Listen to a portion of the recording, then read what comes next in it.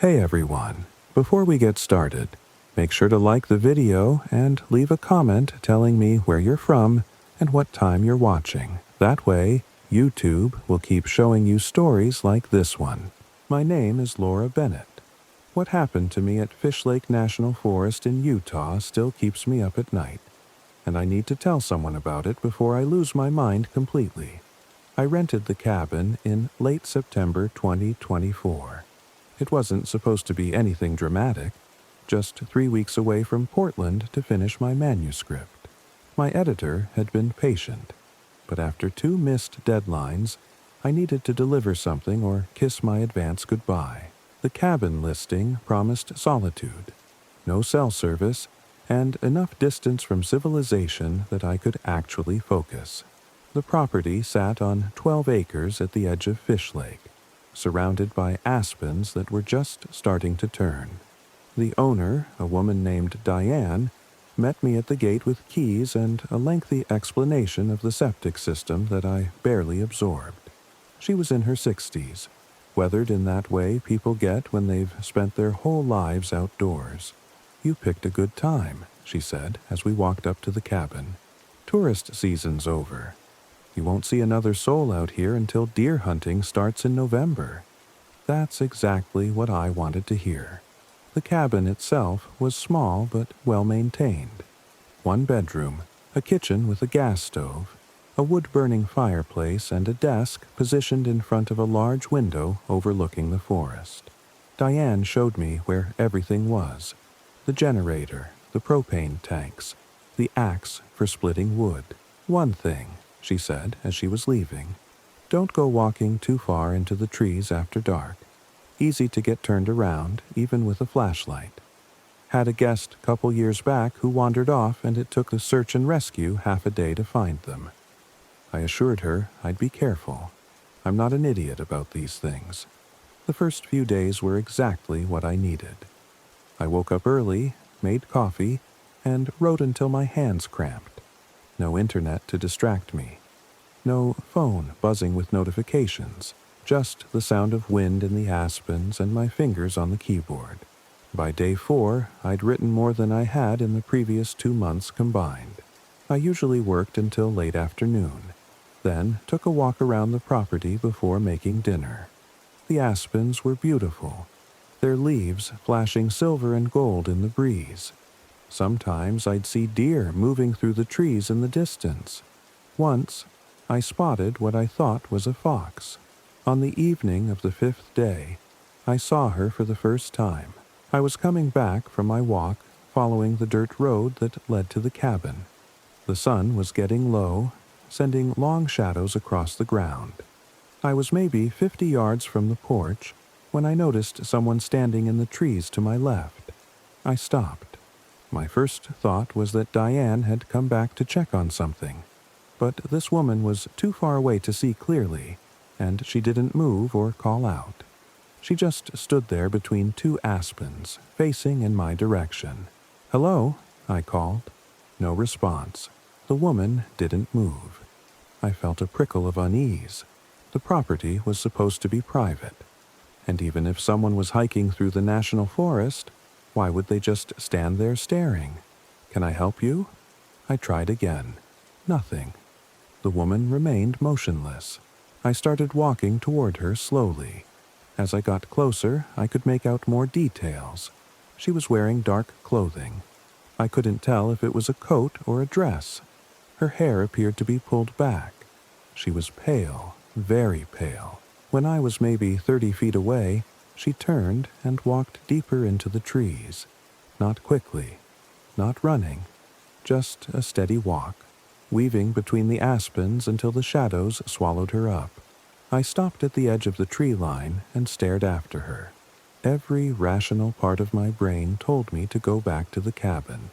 But curiosity, or maybe stupidity, made me follow.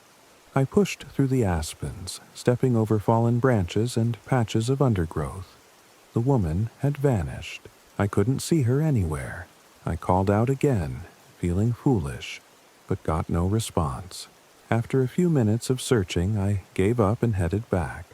The whole thing left me unsettled.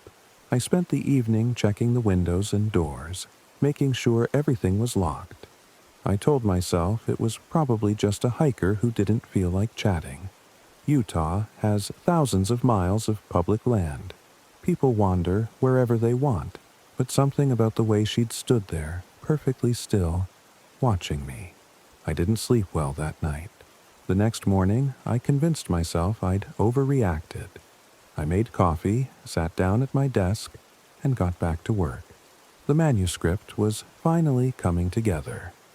I wrote for 6 straight hours, barely noticing the time pass. Around 3 in the afternoon, I stood up to stretch and happened to glance out the window. The woman was back. This time, she was closer, standing at the edge of the clearing about 40 feet from the cabin. Same dark clothing, same pale face, same absolute stillness. I felt my stomach drop. I walked to the window and stared at her. She stared back, or at least she was facing in my direction. I couldn't quite make out her features clearly enough to see if she was actually looking at me or just staring into space. I stood there for maybe 2 minutes, my heart hammering, trying to decide what to do. Finally, I walked to the front door and opened it. "Hey!" I shouted. "This is private property." The woman didn't react. I stepped out onto the porch. "I'm serious. You need to leave." Still nothing. I started walking toward her, my anger overriding my fear.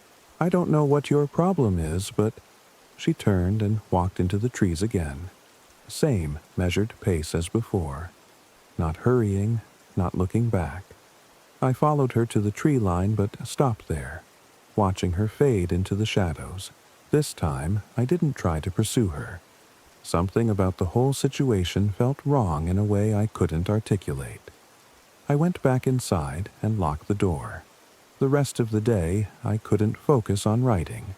I kept getting up to check the windows, scanning the trees for any sign of movement. I didn't see her again, but I couldn't shake the feeling that she was out there somewhere, watching. That night, I pulled the curtains closed on every window. I built a fire in the fireplace even though it wasn't that cold, just for the comfort of it. I tried to read but couldn't concentrate. Around 10, I gave up and went to bed. I woke up sometime after midnight. I'm not sure exactly when. The cabin was dark except for the dying glow from the fireplace. I lay there in bed, staring at the ceiling, trying to figure out what had woken me. Then I heard it. Footsteps on the porch. Slow, deliberate footsteps. Walking back and forth, back and forth. I held my breath and listened. The footsteps continued for what felt like an eternity, though it was probably only a minute or two. Then they stopped. Silence. I waited, every muscle in my body tense. After about 10 minutes, I slowly got out of bed and crept to the bedroom door. I could see through to the living room, could see the front door from where I stood. Nothing. No sound. No movement. I spent the rest of the night sitting up in bed with the lights on. When morning came, I told myself I'd imagined it.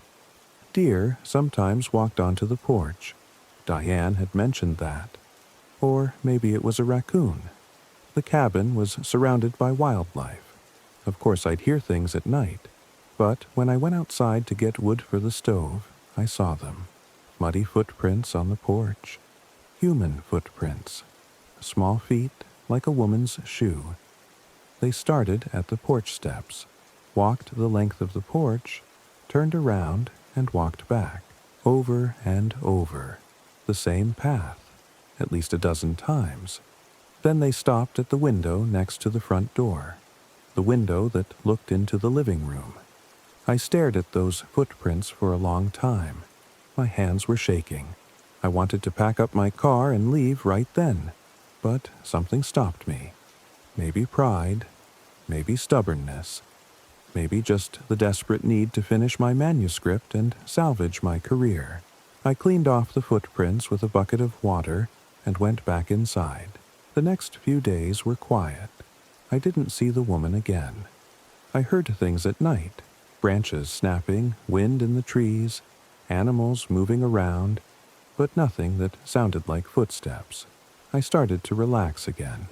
I was also making real progress on the book. Whatever else was happening, the isolation was working. I was writing 10, 12 pages a day. My characters were finally coming alive. The story was clicking into place. On day 11, I saw her again. I'd gone for my afternoon walk and was heading back to the cabin when I spotted her.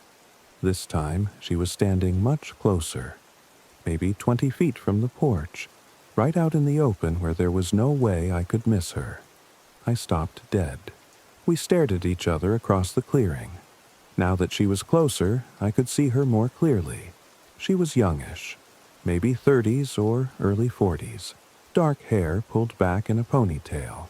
She wore what looked like a long black coat and dark pants. Her skin was very pale, almost white, and her face was blank.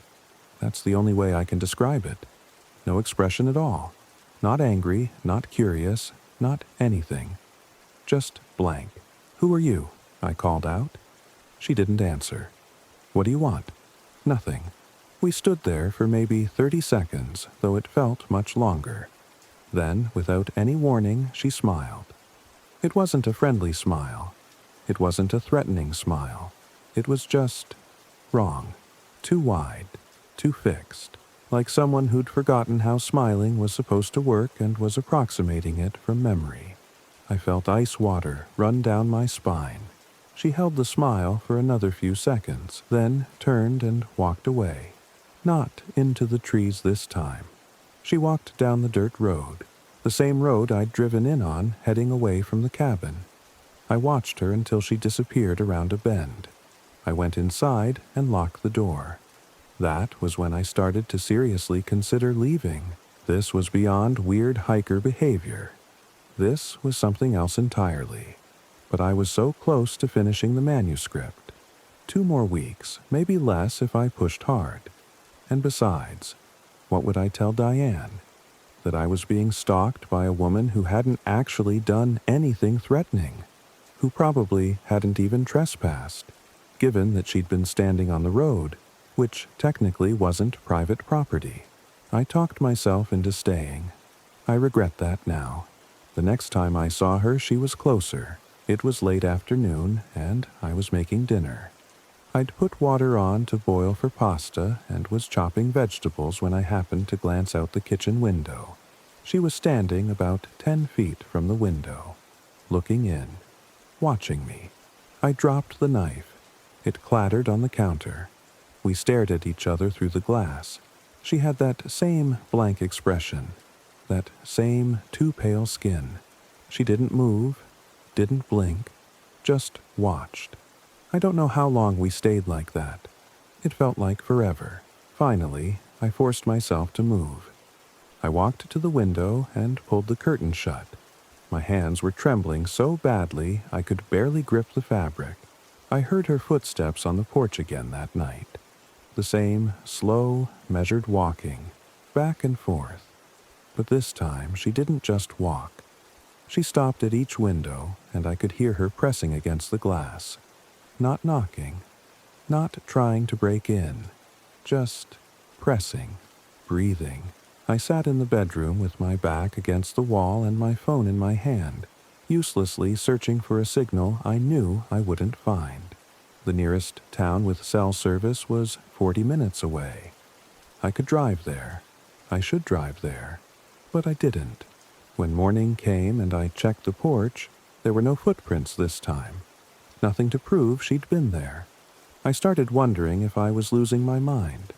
The isolation was getting to me. I was spending too much time alone, letting my imagination run wild. Writers do that.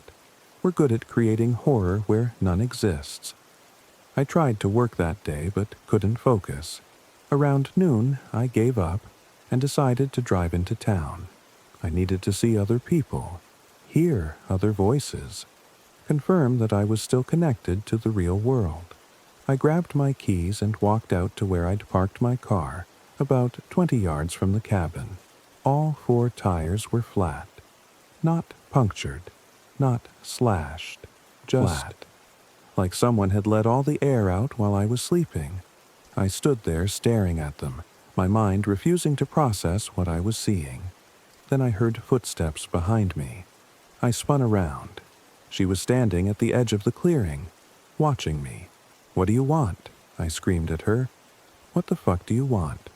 She tilted her head slightly. Then she smiled that horrible smile again.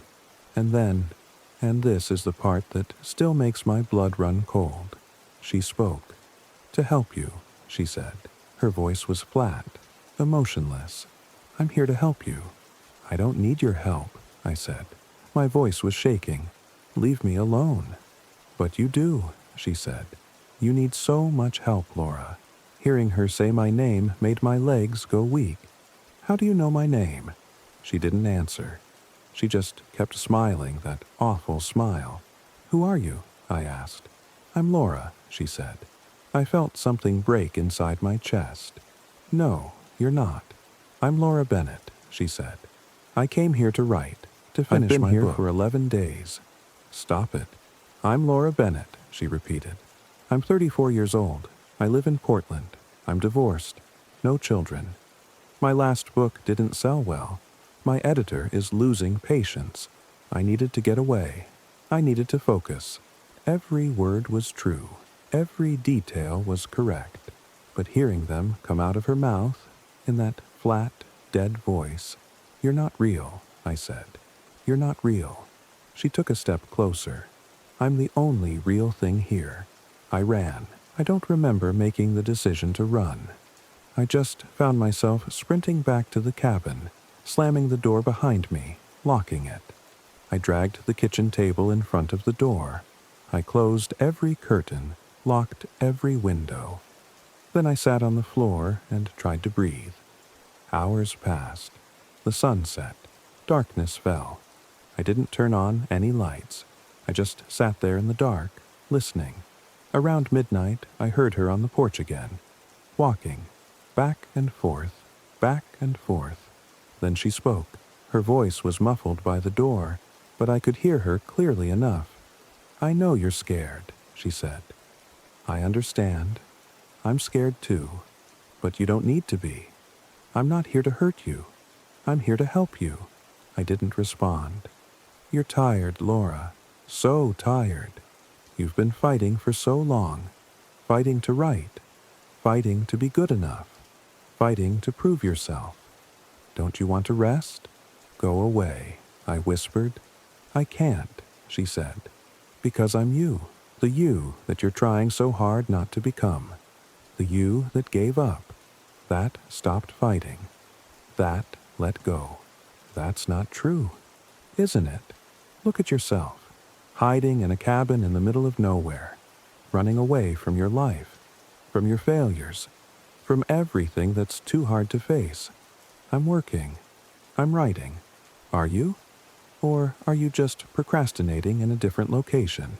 When was the last time you actually looked at what you've written? I hadn't.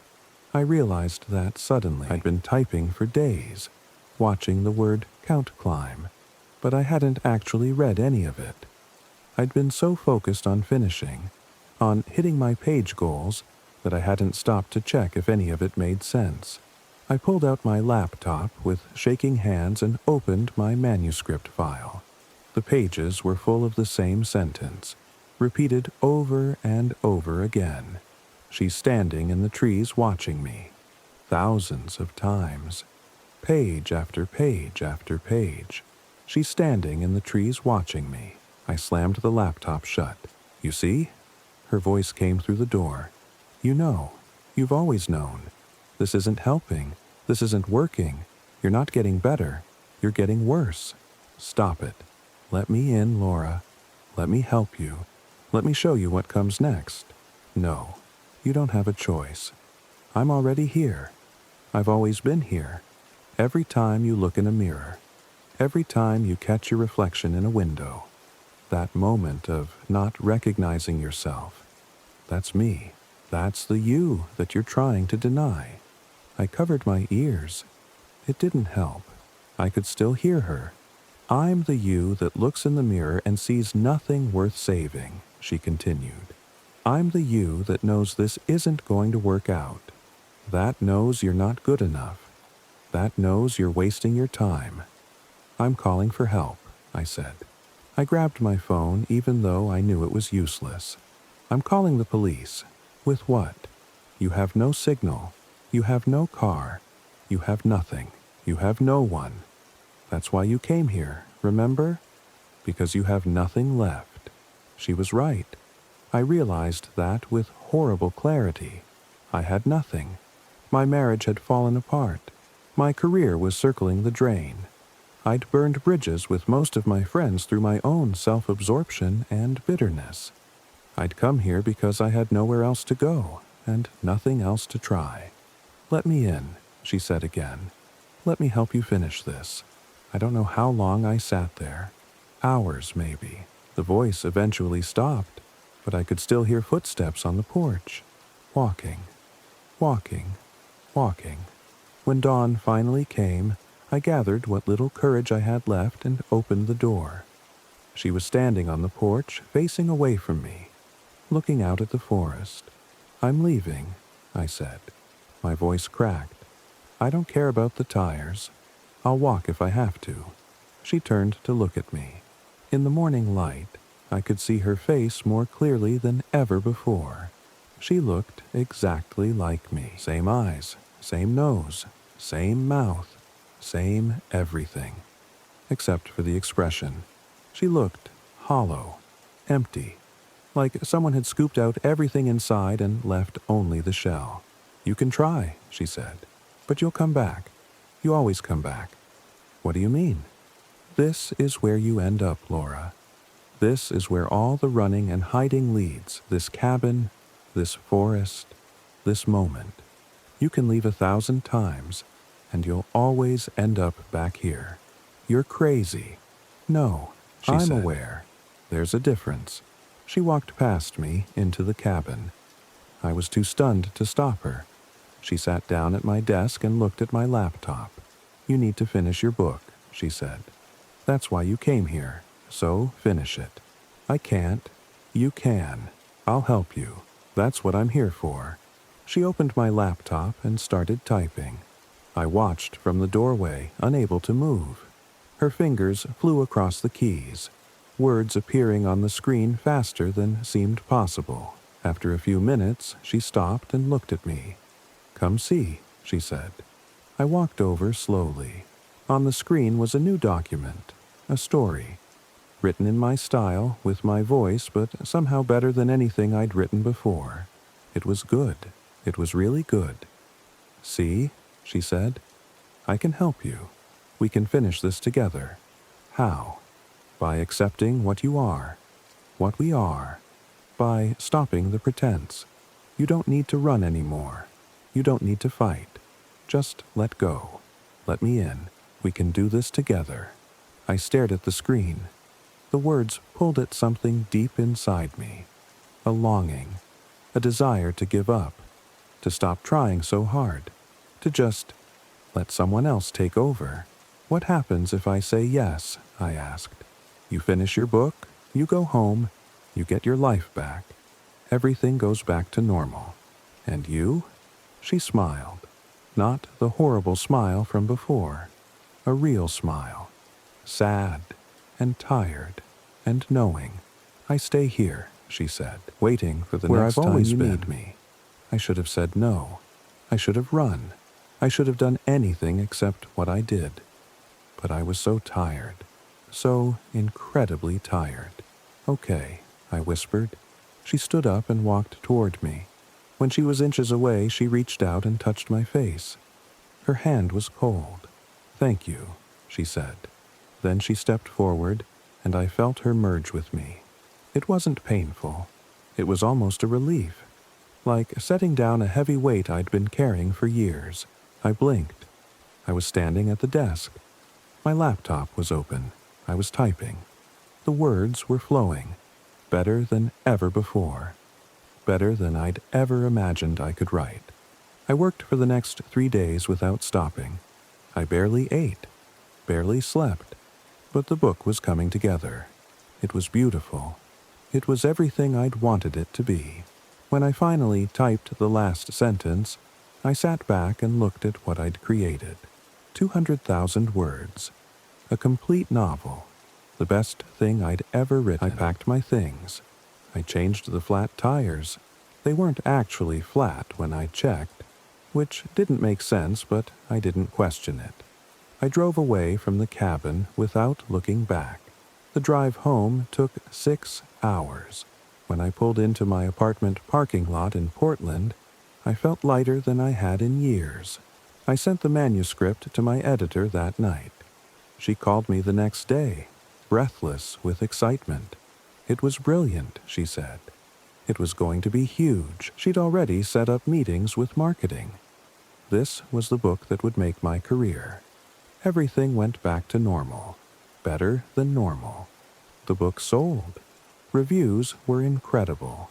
I started getting interview requests. My agent negotiated a 2-book deal with a major publisher. But sometimes, late at night, when I'm sitting at my desk trying to write, I catch my reflection in the computer screen. And, for just a moment, I don't recognize the person looking back at me. She has my face, my hair, my eyes. But when she smiles, it's that too wide smile. That knowing smile. And I realize that I never left the cabin.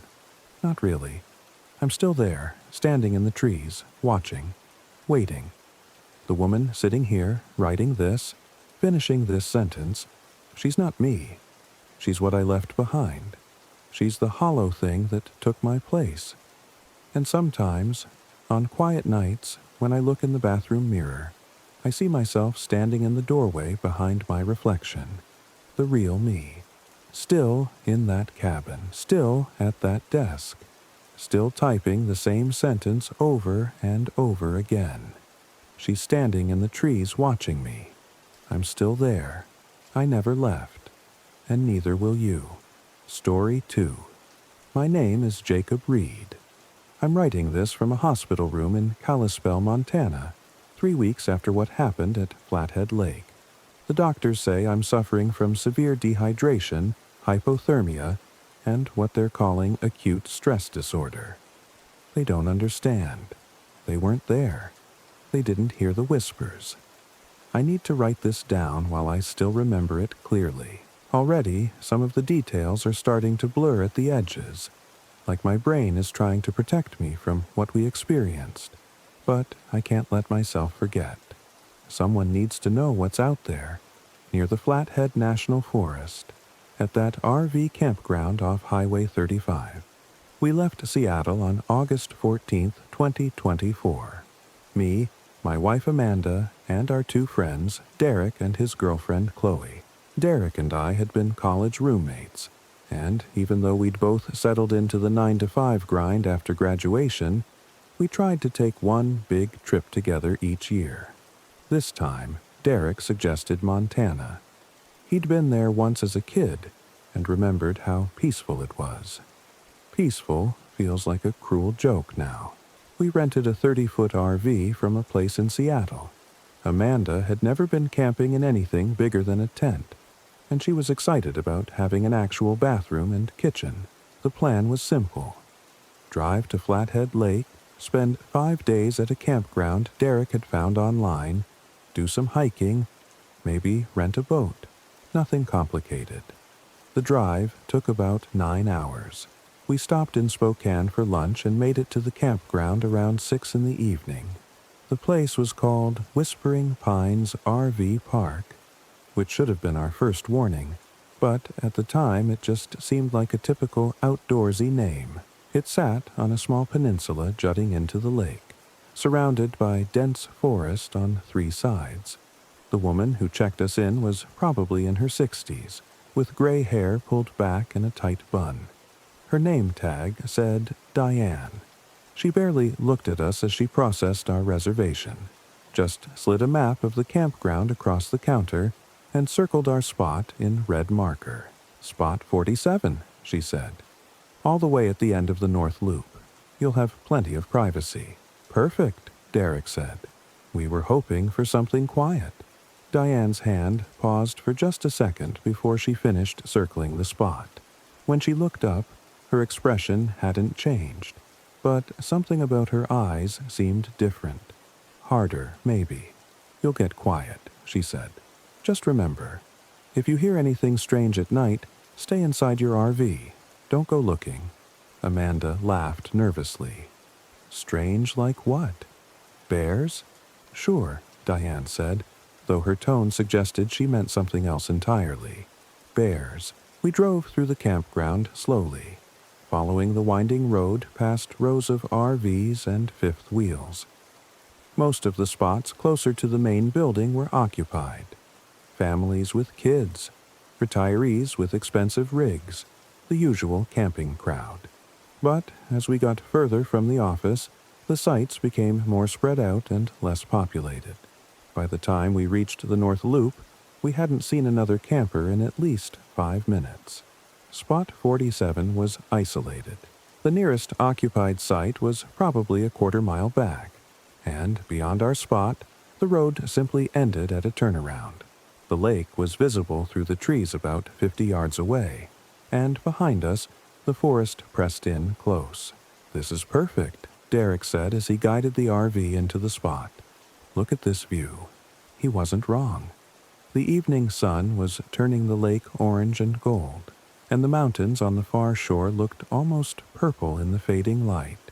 It was beautiful, peaceful, just like Derek had promised. We spent the first hour getting set up, leveling the RV, hooking up the water and electricity, extending the awning. By the time we finished, it was getting dark. We made dinner inside, pasta with jarred sauce, nothing fancy. We'd planned to sit around a campfire, but none of us felt like dealing with it after the long drive. Instead, we played cards at the dinette table and killed a bottle of wine. Around 11, Chloe and Derek retired to the bedroom in the back of the RV.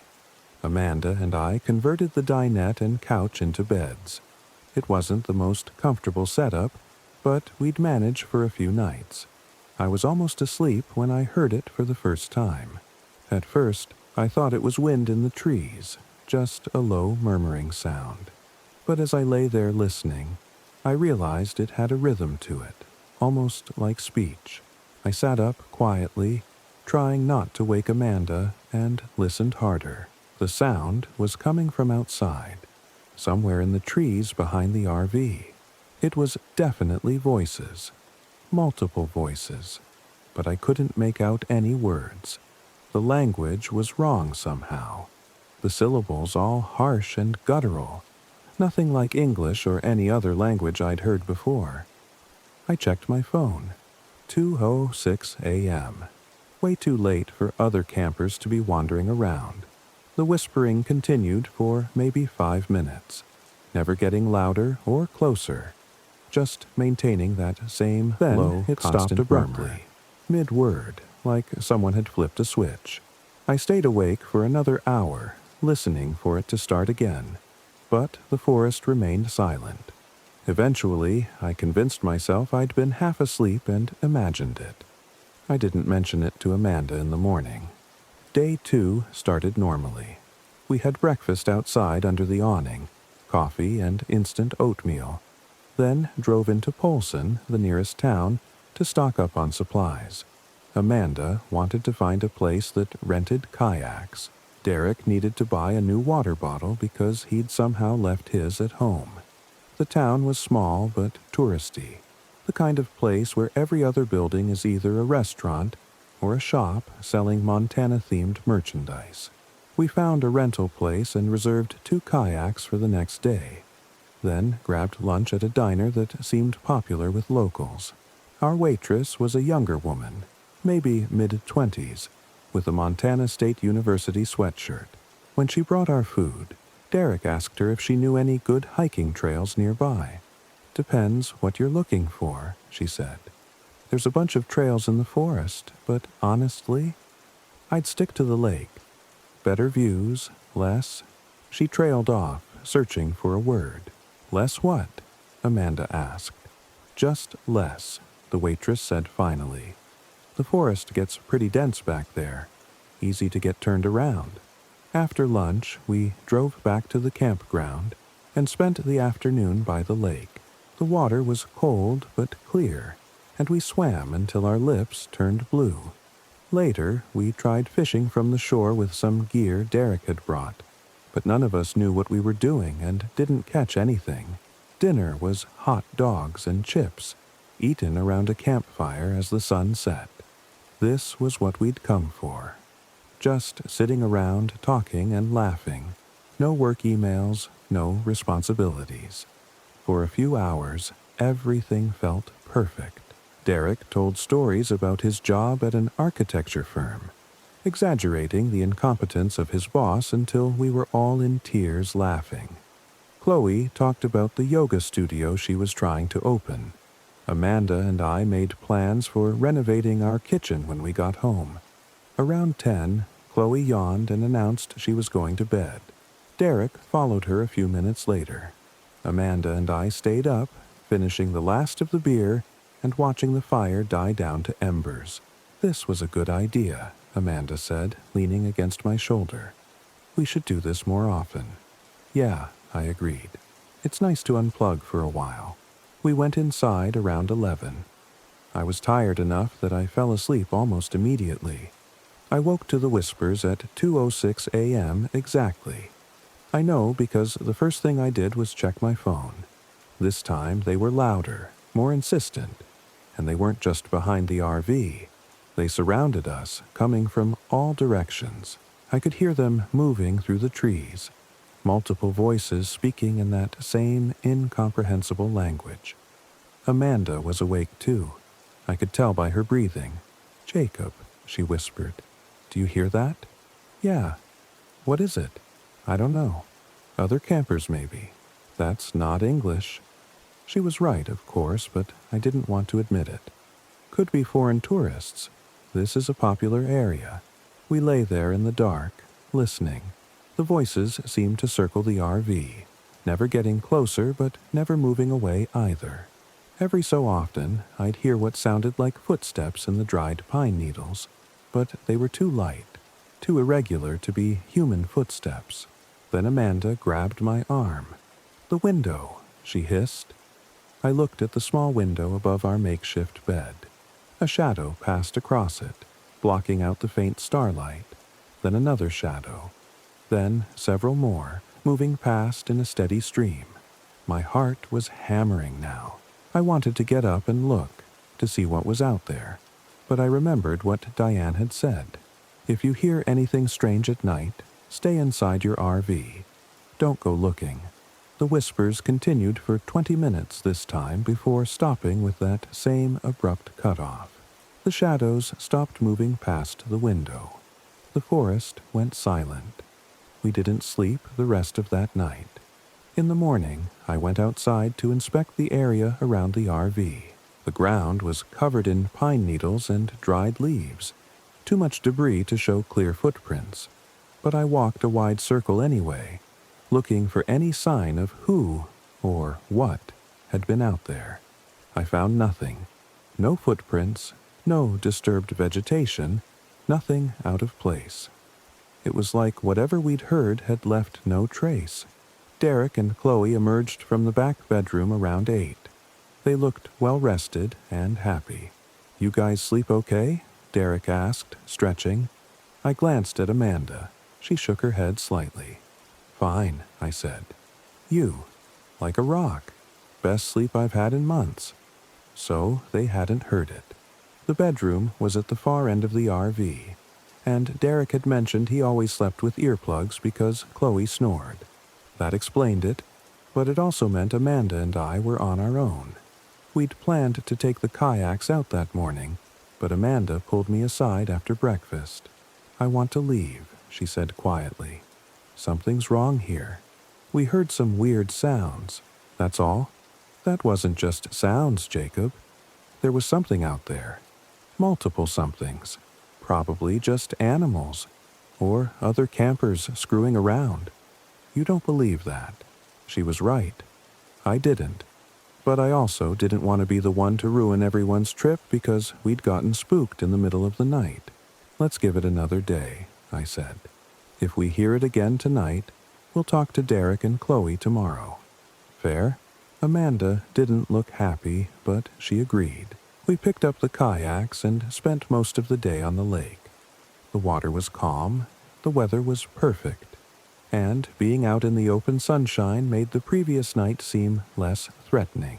By late afternoon, I'd almost convinced myself we'd overreacted. We returned the kayaks at 5 and stopped in Polson for dinner at a pizza place. When we got back to the campground around 8, I noticed Diane's pickup truck parked outside the office. The lights were on inside, so I told the others I'd catch up with them in a minute. Diane was behind the counter, working on what looked like paperwork. She looked up when I entered, and I saw her expression shift. Surprise, maybe, or concern. "Everything all right at your site?" she asked. "Yeah, fine. I just had a question. Last night, around 2 in the morning, did you hear anything unusual? Like voices?" Her pen stopped moving. She set it down carefully. "You heard them. Oh." It wasn't a question. My stomach dropped. "What are they?" I asked. Diane was quiet for a long moment. When she finally spoke, her voice was lower, like she didn't want to be overheard even though we were alone. "No one really knows," she said. "They've been here as long as anyone can remember. Some people say it's wind playing tricks in the trees. Others say it's the forest itself, or spirits of the Salish Kootenai people who used to live here. All I know is that every few years someone at Spot 47 hears them. Usually just for a night or two, and then they stop. Why Spot 47? It's the furthest spot from the office, closest to the old part of the forest. Whatever they are, they don't come near where there's too many people. Have they ever hurt anyone?" Diane's hesitation was answer enough. "Not directly," she said finally. "But 15 years ago, a couple stayed at that spot. They heard the whispers. Third night, the husband went outside to see what was making the sound. They found him the next morning at the edge of the forest. He was alive, but wrong. Couldn't speak anymore, just made these clicking sounds in the back of his throat. His eyes were different too, pupils all dilated, like he was looking at something no one else could see. They took him to a hospital in Missoula, ran every test imaginable. Never found anything physically wrong with him. Where is he now? State facility in Warm Springs. Still there, far as I know." I felt sick. "Why do you keep that spot available? Why not close it off? The owners won't let me. They say I'm being superstitious. And honestly, most people never hear anything. You could have 10 groups stay there without any issues, then the 11th hears them. There's no pattern to it. We're leaving tomorrow," I said. "Good," Diane said. "That's good. Just tonight, if you hear them again, don't go outside. Don't try to see them. And don't let them hear you talking back. What happens if they hear us? I don't know. No one who's talked back has been willing to say what happened after." I walked back to the RV in the dying light, my mind racing. I should have told the others everything right then. Should have insisted we pack up and leave immediately.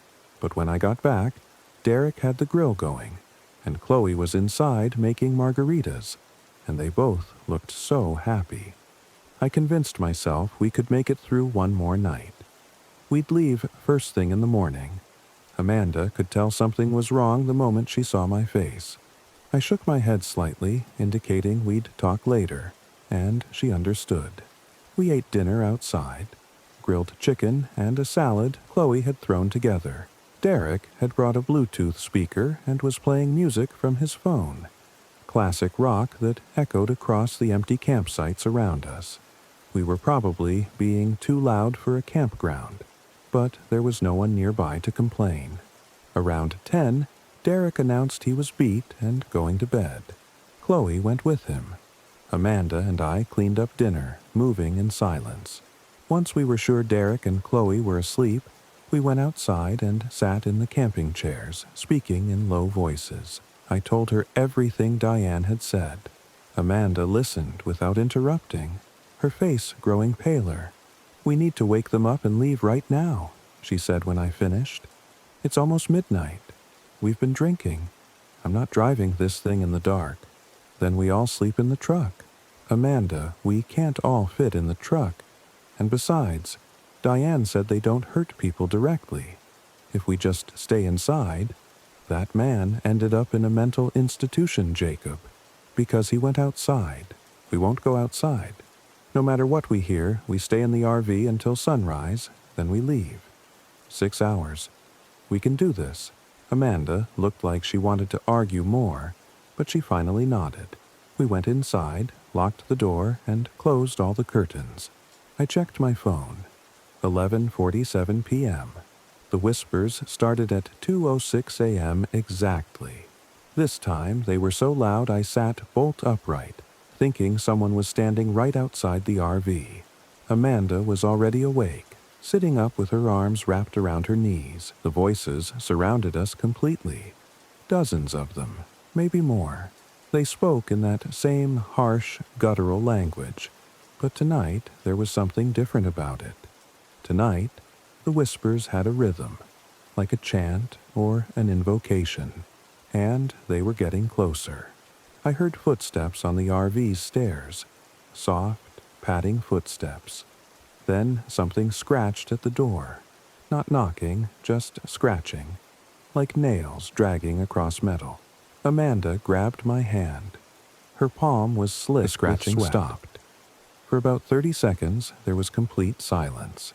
Then the whispers started again, but this time they were different. This time they were speaking English. "Jacob," the voices whispered. "Amanda, Derek, Chloe." They knew our names. "Come outside, Jacob. Come see. Come see what we have to show you." The voice that said my name sounded almost familiar, like someone I'd known once but couldn't quite place. It had a warm, inviting quality that made me want to stand up, to open the door. I felt myself starting to rise. Amanda yanked me back down. "Don't," she hissed. From the back bedroom, I heard Derek stirring. "What's going on?" "Stay in there," I called back, my voice shaking. "Don't come out here. Don't open any windows." "Jacob, what?" "Just trust me. Stay there and don't look outside." The whispers grew more insistent. More voices joined in, all calling our names now, overlapping each other until it became a cacophony. They scratched at the windows, at the door, at the sides of the RV. It sounded like hundreds of them out there, all trying to get in. Then Chloe screamed. I jumped up and ran to the back bedroom. Derek had the bedside lamp on. Chloe was pressed against the wall, pointing at the window above the bed. A face was pressed against the glass. It was human-shaped, but wrong. The skin was too pale, almost translucent, and stretched too tight across the bones. The eyes were completely black, no whites at all, and it was smiling, showing too many teeth arranged in too many rows. As I watched, another face appeared next to it, then another. They pressed against the window, leaving no condensation, no fingerprints. Just those terrible faces, all smiling. "What the fuck are they?" Derek said. His voice was high and tight with panic. "I don't know. Everyone, don't look at your eyes and don't look." I grabbed the blanket from the bed and threw it over the window, blocking the faces from view. But I could still hear them out there, scratching at the glass. We all huddled in the living area of the RV, the four of us pressed together on the couch. The scratching continued, moving around the RV in a circle. The whispers never stopped, constantly calling our names, begging us to come outside.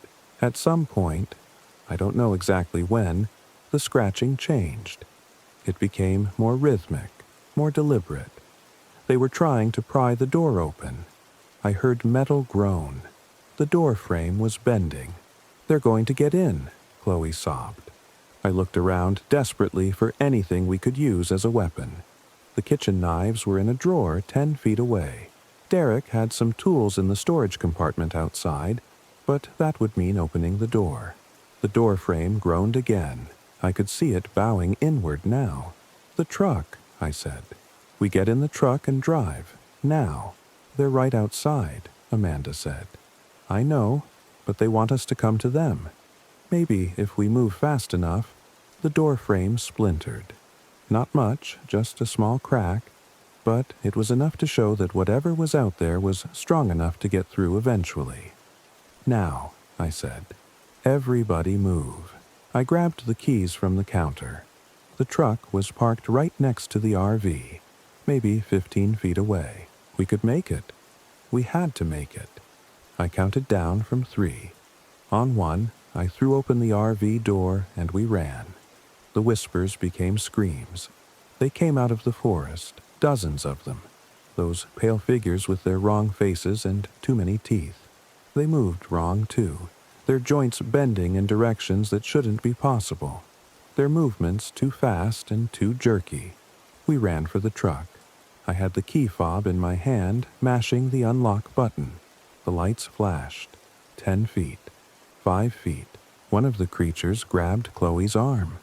She screamed and pulled away, but it held on. Its fingers were too long, too thin, with extra joints. Derek spun around and punched it in the face. His fist connected with a wet crunch, but the thing didn't seem to feel it. It just turned its head to look at Derek, still smiling. Then it opened its mouth wider than any mouth should open and screamed back at us. The sound was like metal scraping on metal, like nails on a chalkboard amplified 1,000 times. It drove through my skull and made my teeth ache.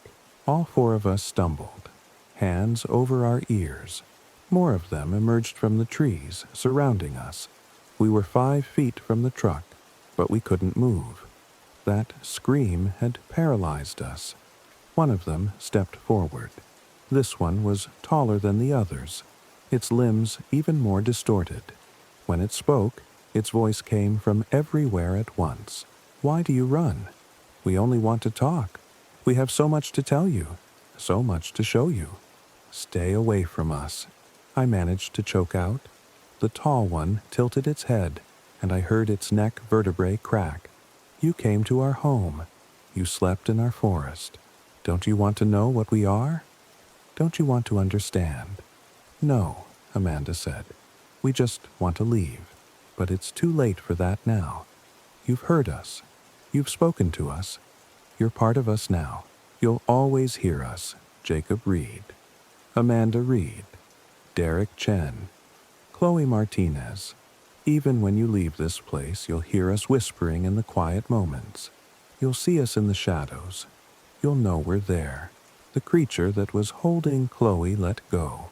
They all started backing away, retreating into the forest. "Go," the tall one said. "Run back to your cities. Hide in your buildings. It won't matter. You're ours now." Then they were gone, vanishing into the trees so quickly it was like they'd never been there at all. The whispers faded to nothing. The forest became silent. We stood there for maybe 30 seconds, not quite believing it was over. Then Derek grabbed Chloe's hand and we all ran for the truck. I started the engine and floored it, not caring about the RV, not caring about our stuff, just driving as fast as I could down that winding campground road. We passed the office. The lights were off now. Diane's truck was gone. We reached the highway and turned south, putting as much distance between us and that place as possible. None of us spoke. Chloe was crying silently. Amanda stared straight ahead, her hand gripping mine so tightly I thought she might break bones. We drove to Missoula, checked into the first hotel we found, and spent the rest of the night huddled in one room with all the lights on. In the morning, Derek rented a different car to drive back to Seattle. We left the truck and the RV in the hotel parking lot. Let the rental company come get them. We weren't going back. That was 3 weeks ago. The doctors say I'm getting better, but they're wrong. Every night at 2:06 a.m. I wake up, and in the silence I hear them whispering. It's faint, barely audible, but it's there. Amanda hears them too. She doesn't sleep anymore. Neither does Derek. Chloe checked herself into a psychiatric facility after she tried to drive back to Flathead Lake. She said they were calling her home. The doctors think we all had some kind of shared psychotic episode, maybe triggered by carbon monoxide from the RV. They ran blood tests and brain scans. They found nothing wrong. But they're not listening at 2:06 a.m. They don't hear the whispers getting louder each night. They don't see the shadows that move wrong in my peripheral vision. They don't understand that those things were telling the truth. We're theirs now. We'll always be theirs. Sometimes I think about that man Diane mentioned, the one who went outside and came back wrong. I understand now why he couldn't talk anymore. What would be the point? How do you explain to people what you've seen when the explanation breaks every law of nature they've ever known? The worst part isn't the whispers or the shadows. The worst part is knowing that eventually the calling will become too strong to resist. One night, I'll get out of bed at 2:06 a.m., and I'll walk out my front door, and I'll follow the whispers back to that forest. Amanda knows it too. I can see it in her eyes when she looks at me. We're both just waiting now, counting down the days until we hear them clearly enough to understand what they want from us. Derek called yesterday. He sounded strange, distant. He said he's been having dreams about the forest, about walking deeper and deeper into the trees until he reaches a clearing where all of them are waiting. He said in the dream, he's happy to see them. He said he understands now that they're not monsters. He said they're just lonely. I told him not to listen, that it's what they want us to think. But even as I said it, I wondered if he was right. Maybe they're not evil. Maybe they're just different. And they've been alone in that forest for so long that they can't remember how to be anything else.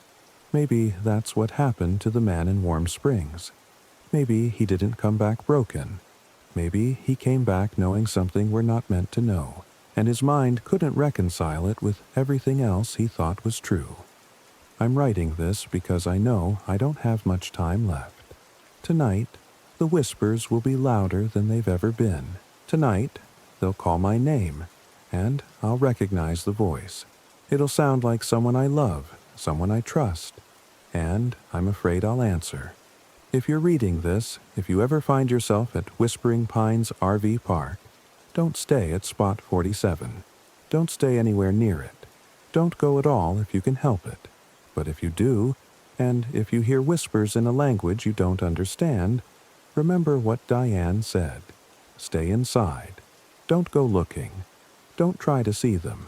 And whatever you do, don't let them hear you talk back. It's 2:04 a.m. now. I can feel them gathering outside my house. Amanda is asleep in the next room, or pretending to be. I know she hears them too. 2 more minutes. I've locked the door and hidden the keys, but I don't think it'll matter. When they call my name, I'll find a way out. I'll find a way back to them. Maybe Derek was right. Maybe they're just lonely. Maybe we all are. The clock just changed to 2:06. They're calling now, but it sounds like home. Story 3. My name is Tyler Brooks. What happened last October in the Great Smoky Mountains still doesn't make sense to me. I've tried to rationalize it, tried to find logical explanations, but the truth is I can't explain what we saw or what we found in that ranger station. More importantly, I can't explain what happened to Marcus. We were 5 friends making the drive from Charlotte to the Smokies for a long weekend. Me, Marcus, Jen, Dave, and Sarah. We'd done these trips before. Not to the Smokies specifically, but camping trips in general. We weren't hardcore outdoors people, just regular folks who liked getting away from the city for a few days. Marcus worked in IT with me. Jen was his girlfriend, a nurse at Presbyterian. Dave sold insurance and never shut up about it. Sarah was Dave's sister, a teacher who'd recently gone through a bad breakup and needed to get out of her apartment. The plan was simple. Rent an RV, drive to the Smoky Mountains, find a decent campsite, do some day hikes, drink some beer, and disconnect for 4 days. No cell service was actually a selling point. We wanted to be away from emails and notifications and the constant noise of modern life. We picked up the RV on Thursday morning, a 30-foot Class C that smelled like industrial cleaner and had a vague mildew scent underneath. Dave handled most of the driving since he was the only one comfortable with something that size. The drive took about 4 hours, and by early afternoon we were winding through the mountains, looking for the campground we'd reserved. That's when things started feeling off, though we didn't realize it at the time. The GPS kept losing signal, which wasn't surprising given the terrain. What was weird was that every time it reconnected, it showed us in slightly different locations than we expected. Dave laughed it off. "Technology," he said, like that explained everything. We relied on the paper map I'd printed before we left. We found the campground around 2 in the afternoon. It was called Cades Cove RV Park, tucked into a valley with mountains rising on 3 sides. There were maybe 20 other RVs scattered around, most of them bigger and nicer than ours. The camp host, a guy in his 60s with a gray beard and flannel shirt, checked us in and gave us a map of the grounds. He seemed friendly enough, but kept glancing at the sky like he was expecting weather. "Storm coming?" Marcus asked. "Always is this time of year," the host said. "Should be fine for a few days, though." We set up at Site 14, which was on the outer edge of the campground, backing onto thick forest. Dave connected the RV to power and water, while the rest of us unloaded supplies. By 4 o'clock, we had camp chairs arranged around a fire pit, coolers stocked with food and beer, and a decent blaze going despite the damp wood. That first night was normal. We cooked burgers on a portable grill, drank too much, told stupid stories about work and mutual friends. Sarah seemed to relax for the first time in weeks. Even Dave toned down the insurance talk. Around 11, we headed into the RV to sleep. Marcus and Jen in the bedroom at the back, Dave on the convertible couch, Sarah on the dinette bed, and me in the loft over the cab. I slept terribly. The RV made noises all night, creaking and settling sounds that I knew were normal but kept jolting me awake. Around 3 in the morning, I got up to piss and looked out the window above the dinette. The campground was dark except for a few RVs with their porch lights on. The forest beyond our site was absolute blackness. As I stood there, I thought I saw movement between the trees, but when I blinked it was gone. Probably a deer. Friday, we did a day hike to Laurel Falls, about 2.5 miles each way. The trail was paved and crowded with families and retirees. We took photos at the waterfall, ate sandwiches on the rocks, and headed back by early afternoon. That evening, we drove into Gatlinburg for dinner and to walk around the touristy strip. Everything felt normal. Good, even. Saturday morning, Marcus suggested we find a less crowded trail. He'd been looking at the map the camp host gave us and noticed something he called the Ridge Line Trail, that supposedly connected to the main trail system but was marked as unmaintained. "I don't see it on the official park map," Jen said, comparing the camp host's map to the one she'd picked up at the visitor center. "That's because it's old," Marcus said. "Probably just hasn't been updated. Look, it's right here." He pointed to a thin line on the camp host's map that diverged from the main trail about 3 miles from the campground. Dave was skeptical, but Sarah wanted to try it. "I'm sick of walking behind slow people," she said. "Let's do something off the beaten path." We took 2 cars since the RV was a pain to drive unnecessarily. Marcus's Subaru and Dave's pickup. The trailhead for the main path was about 20 minutes away, crowded with vehicles even at 9 in the morning. We started hiking with dozens of other people but kept to Marcus's plan, watching for the turnoff he'd marked on the map.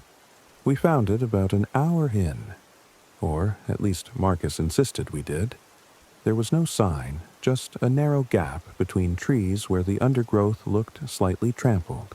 A few flat rocks suggested it might be a path, but it could just as easily have been a game trail. "This is it," Marcus said, studying the map. "That's not a trail," Dave said.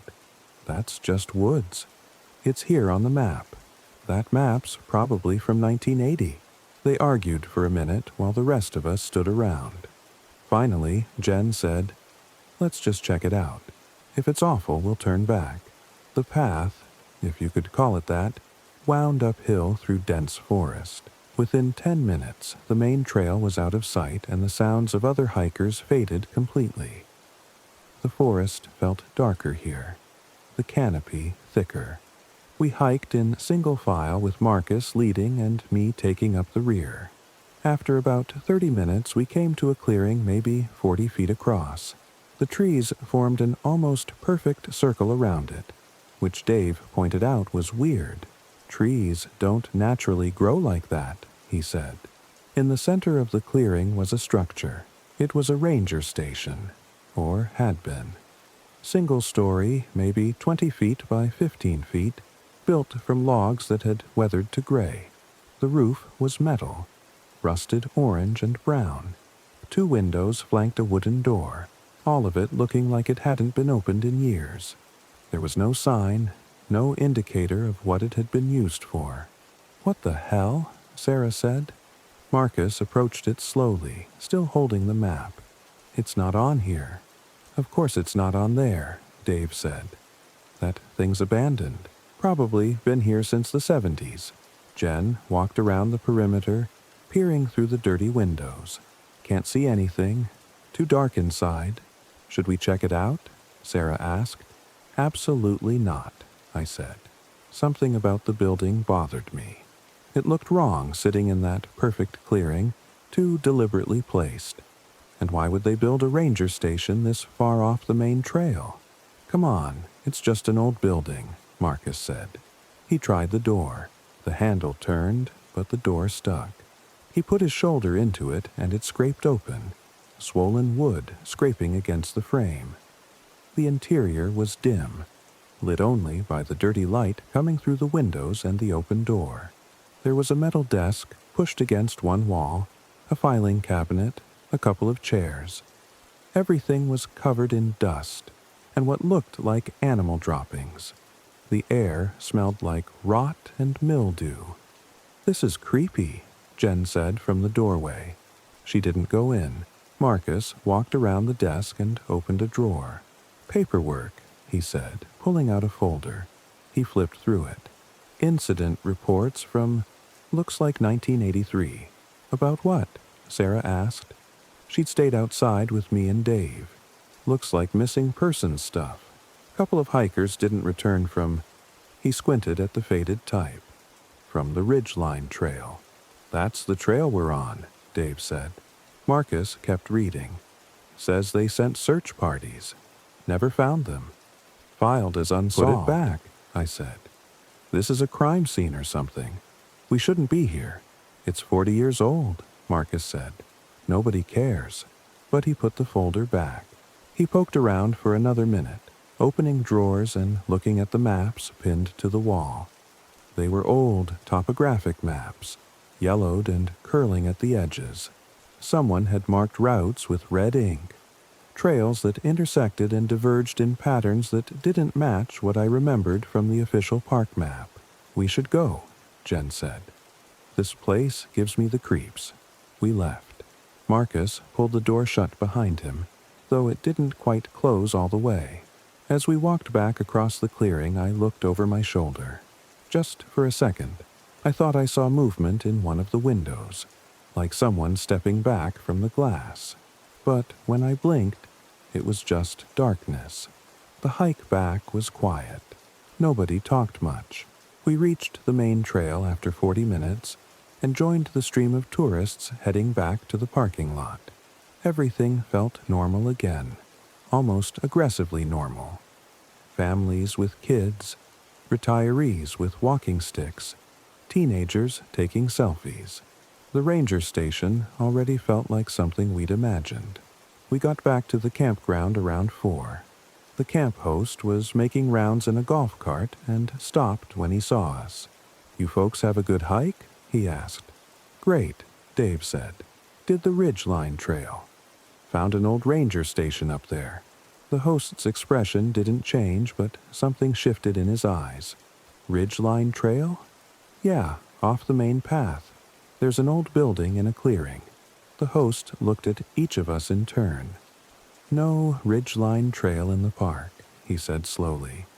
"Must be thinking of something else." "No, it was on the map you gave us," Marcus said. He pulled out the folded paper. "Right here." The host looked at the map for a long time. "That's not our map," he finally said. "You gave it to us when we checked in." "That's not our map," he repeated. "We don't give out maps like that. We give out the official park map, same as the visitor center, but must have picked it up somewhere else." The host put the golf cart in gear. "You folks have a good evening." He drove off before any of us could respond. "That was weird," Sarah said. "He's covering something up," Marcus said. "Did you see his face when I mentioned the ranger station? Or maybe we grabbed the wrong map and he's embarrassed," Dave said. "These guys take their job seriously." We dropped it, made dinner, sat around the fire, drank beer. But the conversation kept circling back to the ranger station. What was it for? Why wasn't it on any current maps? What happened to the hikers mentioned in those incident reports? Around midnight, Marcus said he wanted to go back.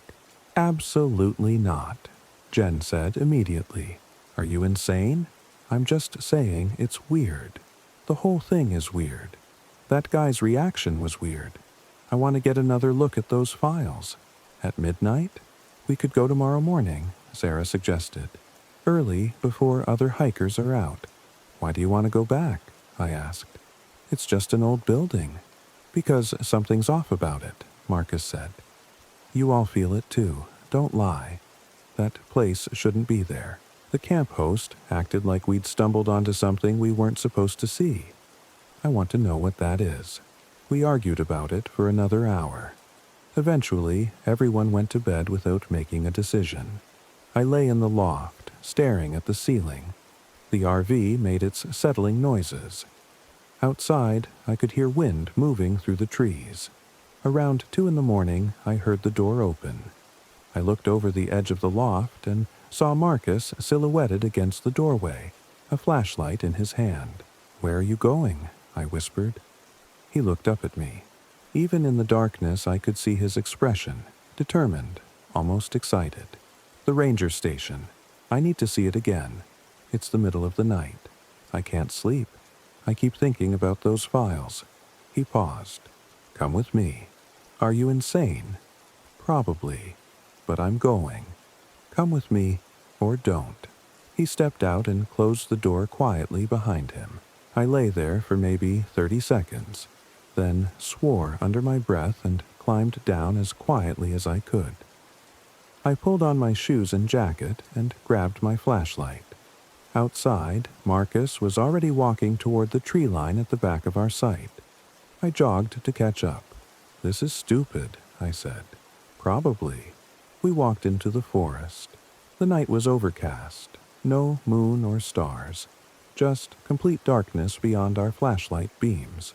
The sounds of the campground faded almost immediately, replaced by wind and rustling branches and our own footsteps crunching through dead leaves. I'd assumed we'd get lost immediately, but Marcus seemed to know where he was going. He led us uphill, navigating by landmarks I couldn't identify in the darkness. Every sound made me jump. A snapping branch, a rustling in the undergrowth, what might have been an animal call in the distance, After what felt like an hour but was probably only 30 minutes, we entered the clearing. The ranger station sat in the center, exactly as we'd left it. But something was different. The door was fully open. "Did you close it when we left?" I asked. "Yeah, pulled it shut." "So, someone else is here." We stood at the edge of the clearing, flashlights pointed at the building. Nothing moved. No light came from inside. "Hello?" Marcus called out. His voice sounded small in the darkness. No response. We approached slowly. I was gripping my flashlight so hard my hand hurt. Marcus reached the doorway first and shined his light inside. "Jesus Christ," he said. I came up beside him and looked. The interior had changed. The desk was still there, still covered in dust. But now there were papers everywhere, scattered across the floor, pinned to the walls, covering every surface. Hundreds of pages, all covered in writing, and the walls themselves were covered in writing, scratched directly into the wood. Names, dates, coordinates. Some of it looked old, the scratches weathered and dark. Some looked recent, the wood freshly scored. "We should leave," I said. "Right now." Marcus stepped inside. "Look at this." The papers on the floor were more incident reports, all following the same format. Missing hikers, dates ranging from 1983 to what looked like last month. Dozens of them, maybe hundreds. Each one ended the same way. Search conducted, no remains found, case closed. The names on the walls were organized by year. 1983 had maybe 10 names. 1984 had 12. The numbers increased as the years went on. 2023 had 47 names. October 2024, last month, had 3 names already. At the bottom, freshly scratched, were 5 blank lines. "Tyler," Marcus said quietly. "Look at the desk." The folders he'd looked through earlier were arranged in a neat row. On top of them was the map the camp host had given us. Next to it was a piece of paper with fresh ink, a handwritten note in neat script. "Welcome back. We've been waiting." I grabbed Marcus's arm. "We're leaving. Now." "Who wrote that?" "I don't care. We're leaving." I pulled him toward the door. As we stepped out into the clearing, I heard something. A rustling from the tree line on the far side. We both spun, flashlights cutting through the darkness. There was someone standing at the edge of the trees. They were just outside the reach of our lights, a dark silhouette against darker forest. They weren't moving, just standing there watching us. "Hello," Marcus called out. "Who's there?" The figure didn't respond, didn't move. "We're leaving," I said loudly. We didn't mean to trespass. Still nothing, but as we started backing away, the figure moved. Not toward us, parallel to us, circling the clearing, staying in the shadows just beyond our flashlight beams. "Walk," I said to Marcus. "Don't run, just walk." We backed away from the station, keeping our lights on the circling figure. It matched our pace exactly, maintaining its distance. As we reached the tree line where we'd entered, it stopped. We plunged into the forest. I expected to hear footsteps behind us, branches breaking, breathing, but there was nothing except our own panicked movement. We ran downhill, tripping over roots and rocks, flashlights bouncing wildly. I don't know how long we ran. Eventually, we stumbled out of the tree line behind our campsite. The RV sat exactly where we'd left it. Porch light on, everything normal. We sat in the camp chairs, breathing hard. Neither of us spoke for several minutes. "What the fuck was that?" Marcus finally said. "I don't know. Someone's living up there, using that station for something. We should tell the camp host, or call the police." "And say what?" "We trespassed on an abandoned building and saw someone standing in the woods." He had a point. We sat in silence for a while longer, then went inside. Jen woke up when Marcus got into bed and asked where he'd been. He told her he'd gone to the bathroom. She went back to sleep. I climbed into the loft, but didn't sleep. I lay there watching the window, expecting to see someone standing outside, but there was nothing. Just darkness and the occasional movement of tree branches in the wind. Sunday morning, we slept late. Nobody mentioned the ranger station, though Marcus and I exchanged looks across the breakfast table. Around 11, Dave suggested we drive into town for lunch instead of cooking. Everyone agreed. We were loading into the vehicles when the camp host's golf cart pulled up. He looked at us for a long moment before speaking. "You folks had any problems?" he asked. "Problems?" Dave said. "Strange noises. Anyone bothering you?" "No, everything's been great," Dave said. "Why?" The host looked at Marcus and me specifically. "Sometimes people see things in these woods, especially at night. Sometimes they go looking for things they shouldn't." "We don't know what you're talking about," Marcus said. "Good." The host put the cart in gear. "Keep it that way." He drove off. "Okay, what the hell was that about?" Sarah asked. "No idea," Marcus said, but he wouldn't meet her eyes. We drove into Gatlinburg and spent the afternoon walking around, eating at a barbecue place, generally trying to act normal. But something had shifted in the group. Dave and Sarah seemed fine, oblivious, but Jen kept looking at Marcus like she knew something was wrong, and Marcus seemed distracted, distant. That night we had a fire and finished off most of our beer. Around 11, Dave and Sarah went to bed. Jen followed shortly after. Marcus and I sat outside. "We should tell them," I said. "Tell them what?" "What we saw. What happened?" Marcus stared into the fire. "They'd think we're crazy. Hell, I think we're crazy. Someone's up there, Marcus. Someone wrote that note. Someone was watching us." "I know." "So we tell the others. We pack up and leave tomorrow instead of Tuesday." Marcus didn't respond for a long time. When he finally spoke, his voice was quiet. "I need to go back." "What?" "No, absolutely not. There are answers up there. About what happened to those people. About what that place is. I don't care about answers. I care about getting out of here safely.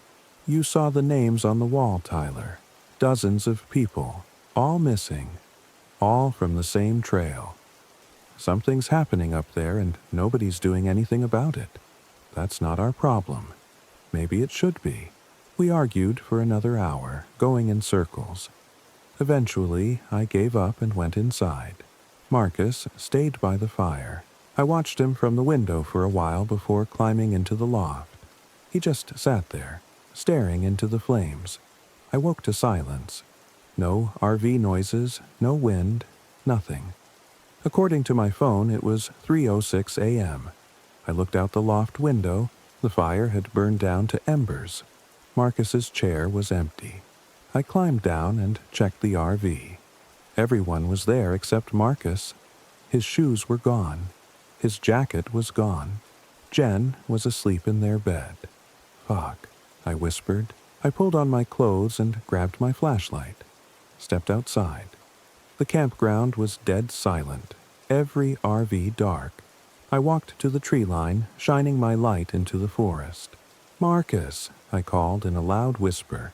No response. I stood there for 5 minutes, trying to decide what to do.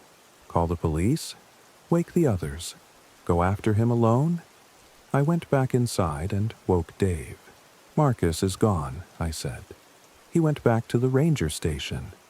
Dave blinked at me, confused and half asleep. "What ranger station?" "The one we found yesterday. I'll explain on the way. We need to go get him." It took another 5 minutes to get Dave dressed and outside. We woke Sarah and Jen, told them to stay at the RV, and said we'd be back in an hour. Jen wanted to come, but I convinced her to stay. Told her Marcus had probably just gone for a walk and would feel stupid if she made a big deal about it. Dave and I hiked into the forest. I tried to retrace the route Marcus had taken the previous night, but in my panic, everything looked different. We walked for 30 minutes, calling Marcus's name, sweeping our flashlights through the trees. We found the clearing by accident, almost walking past it before Dave's light caught the corner of the ranger station. The building sat in its perfect circle of trees, door standing open. Our flashlights illuminated the interior, the desk, the scattered papers, the names scratched into the walls. Marcus was standing in the center of the room, his back to us. "Marcus," I said. "Jesus Christ, man, you scared the shit out of us." He didn't turn around, didn't move at all. Dave and I approached the doorway. "Marcus," Dave said, "you okay?" "He's fine," a voice said from inside the building. A figure stepped out from behind Marcus. It was the camp host. He stood there smiling at us, one hand resting on Marcus's shoulder. In the beam of our flashlights, his face looked wrong. The shadows fell in strange directions. His eyes reflected the light like an animal's. "He found what he was looking for," the host said.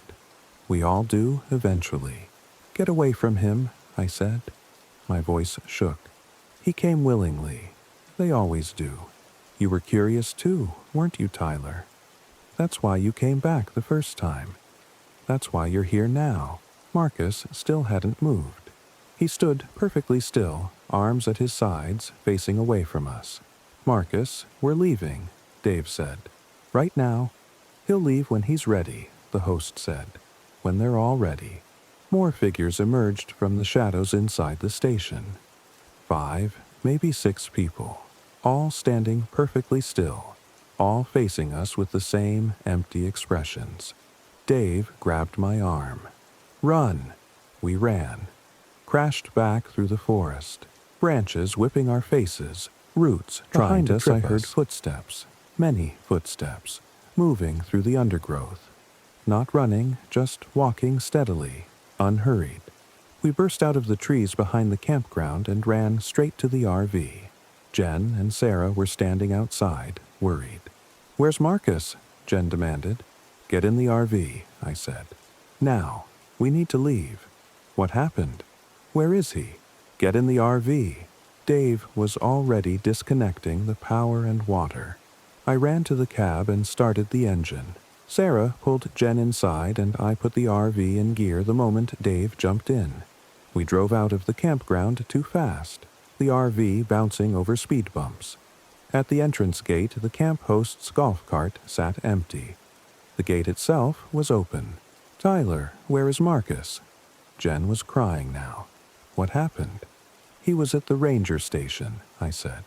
The camp host was there, and other people.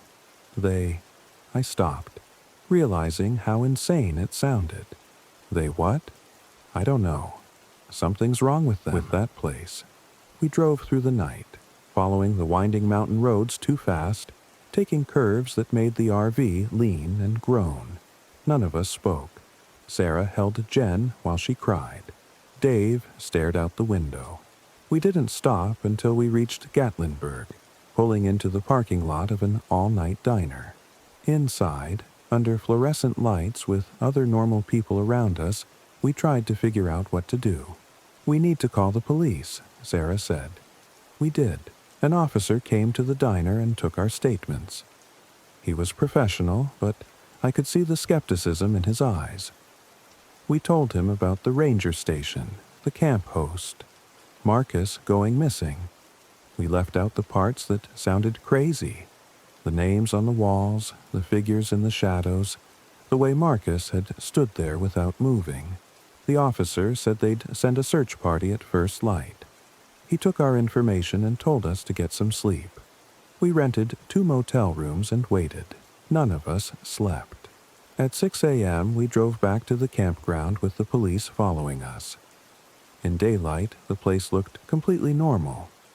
Regular families making breakfast outside their RVs, kids riding bikes, someone walking a dog. The camp host was in his office, the same friendly old man who'd checked us in. He had no record of talking to us about the Ridgeline Trail. He gave us a copy of the official park map, just the standard one from the visitor center. We showed the police where we'd entered the forest. They searched for 3 hours and found nothing.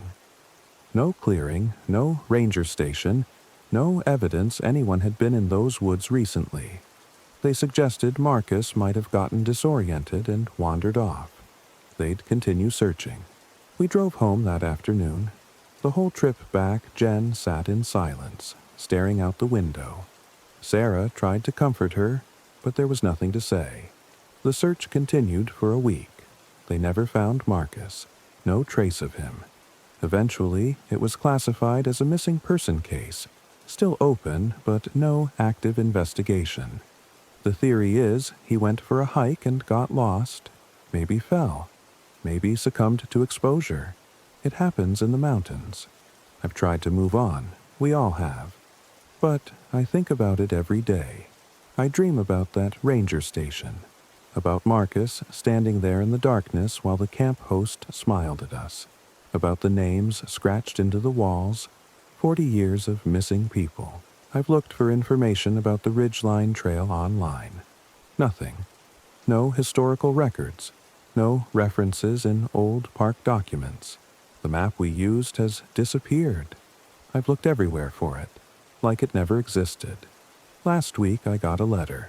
No return address, postmarked from Tennessee. Inside was a single piece of paper with 5 names written in neat handwriting. Tyler Brooks, Dave Morrison, Sarah Morrison, Jennifer Hayes, Marcus Chen. 4 of the names had lines still drawn through them.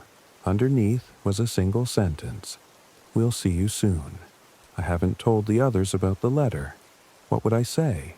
I've thought about going to the police, but what could they do? I've thought about going back to the Smokies, trying to find that clearing again, but I'm terrified of what I might find. Sometimes, late at night, I hear footsteps outside my apartment. When I look through the peephole, there's no one there. But I know someone's watching, waiting. They said we'd be ready eventually. I think my time is running out. Story 4. My name is Emily Carter. What happened to me and my boyfriend last October in the San Juan Mountains shouldn't be possible, but I'm going to tell you exactly what I remember. We'd been planning the trip for months. Mark had just gotten promoted at his engineering firm, and I'd finally finished my thesis on cognitive behavioral patterns in isolated populations. Ironic, I know. We needed to get away from Denver, away from the noise and the constant buzzing of our phones. Mark found this dispersed camping area about 15 miles outside of Silverton, Colorado. No designated spots, no amenities, just you and the wilderness. Perfect, we thought. We left on a Thursday morning in early October. Mark drove his Tacoma while I navigated, though there wasn't much navigating to do once we left the highway. The dirt road wound through aspens that were just starting to turn, their leaves flickering gold and green in the afternoon light. We passed one other vehicle on the way in, a Forest Service truck heading out. The ranger inside gave us a wave. That was the last person we saw for 3 days. The camping area wasn't marked on the physical map I'd brought, which should have been our first warning, but Mark's GPS showed it clearly. A small clearing about 50 yards off the main forest road, nestled between 2 ridge lines. We set up camp around 3 in the afternoon. Mark hammered in the tent stakes while I unpacked the cooler and organized our gear. Everything normal. Everything mundane. That first night was perfect.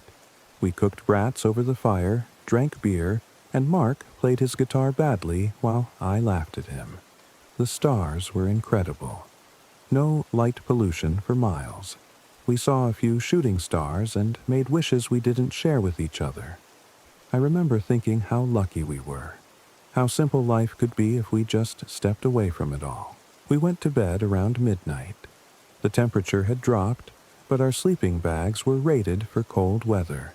I fell asleep listening to Mark's breathing and the occasional pop from the dying fire outside. I woke up to the sound of our GPS recalculating. It was still dark. I checked my phone. 2:47 a.m. The GPS in Mark's truck shouldn't have been on. We'd turned it off before bed to save battery, but I could hear it clearly through the tent fabric. Recalculating route. Recalculating route. Mark was still asleep. I unzipped the tent and stepped outside in my long underwear and boots. The fire was completely out, not even embers. The GPS screen glowed blue through the truck's windshield. When I opened the door, the voice stopped.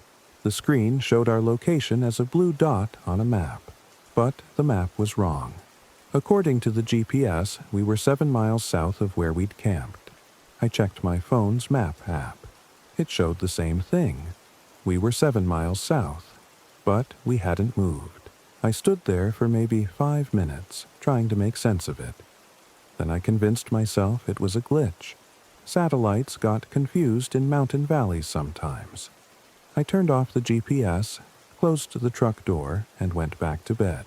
When I woke up the next morning, Mark was already making coffee on the camp stove. The sun was bright, the air was crisp, and everything seemed normal. I didn't mention the GPS. It felt stupid in the daylight. We decided to hike up to an old mining site Mark had read about online. According to his research, there was a collapsed shaft about 3 miles north of our camp, up a steep trail that switchbacked through the pine forest. We packed light: water, snacks, first aid kit, bear spray. We left camp around 9. The trail was unmarked but obvious. Game trails and old mining roads crisscrossed the mountainside, but we followed the main path upward. Mark was in good spirits. He talked about maybe buying some land out here someday, building a small cabin. I remember thinking that sounded nice. We hiked for about 2 hours. The trees thinned as we climbed, and we got glimpses of the valley below. But something started to feel off. I couldn't put my finger on it at first. Then Mark stopped. "That's weird," he said. He was looking at a tree. Someone had carved something into the bark. 2 letters. EC. My initials. "Did you do that?" Mark asked. I'd never been here before. But there they were, carved deep into the aspen bark. Fresh, too, from the look of it. The wood inside was still white. "Maybe someone with the same initials?" I suggested. Mark shrugged, but I could tell it bothered him. We kept hiking. 30 minutes later, we found the mining site. Or at least, we found a mining site. But it wasn't what Mark had described. He'd said it was a collapsed shaft with some old equipment scattered around. What we found was a deep vertical pit, maybe 8 feet in diameter with a wooden frame around it. Someone had stretched a chain-link fence across the top, secured with padlocks, and hanging from the fence was a sign: "Danger, vertical shaft, approx, depth 400 FT. Mark pulled out his phone to check his notes, but his phone was dead. Completely dead, even though he'd charged it overnight and barely used it all morning. "That's impossible," he said. He'd had 90% battery when we left camp. Mine was fine. 78%. I took a picture of the shaft, though I don't know why. We stood there for a while, looking down into the darkness. You couldn't see the bottom, just black. That's when I noticed something else. My hiking boot had mud on it. Thick, dark mud. But the ground around the shaft was dry. We hadn't crossed any streams or puddles on the way up. "We should head back," I said. Mark agreed. The hike down should have taken about an hour and a half. We'd been careful to stay on the main trail. But after 45 minutes, we came to the clearing where we'd camped. Except we'd been hiking north away from camp. We'd been climbing. And now we were back. Mark stood at the edge of the clearing, staring at our tent, our truck, our cold fire pit. "We went in a circle somehow," he said. But we hadn't. I'd been watching the sun.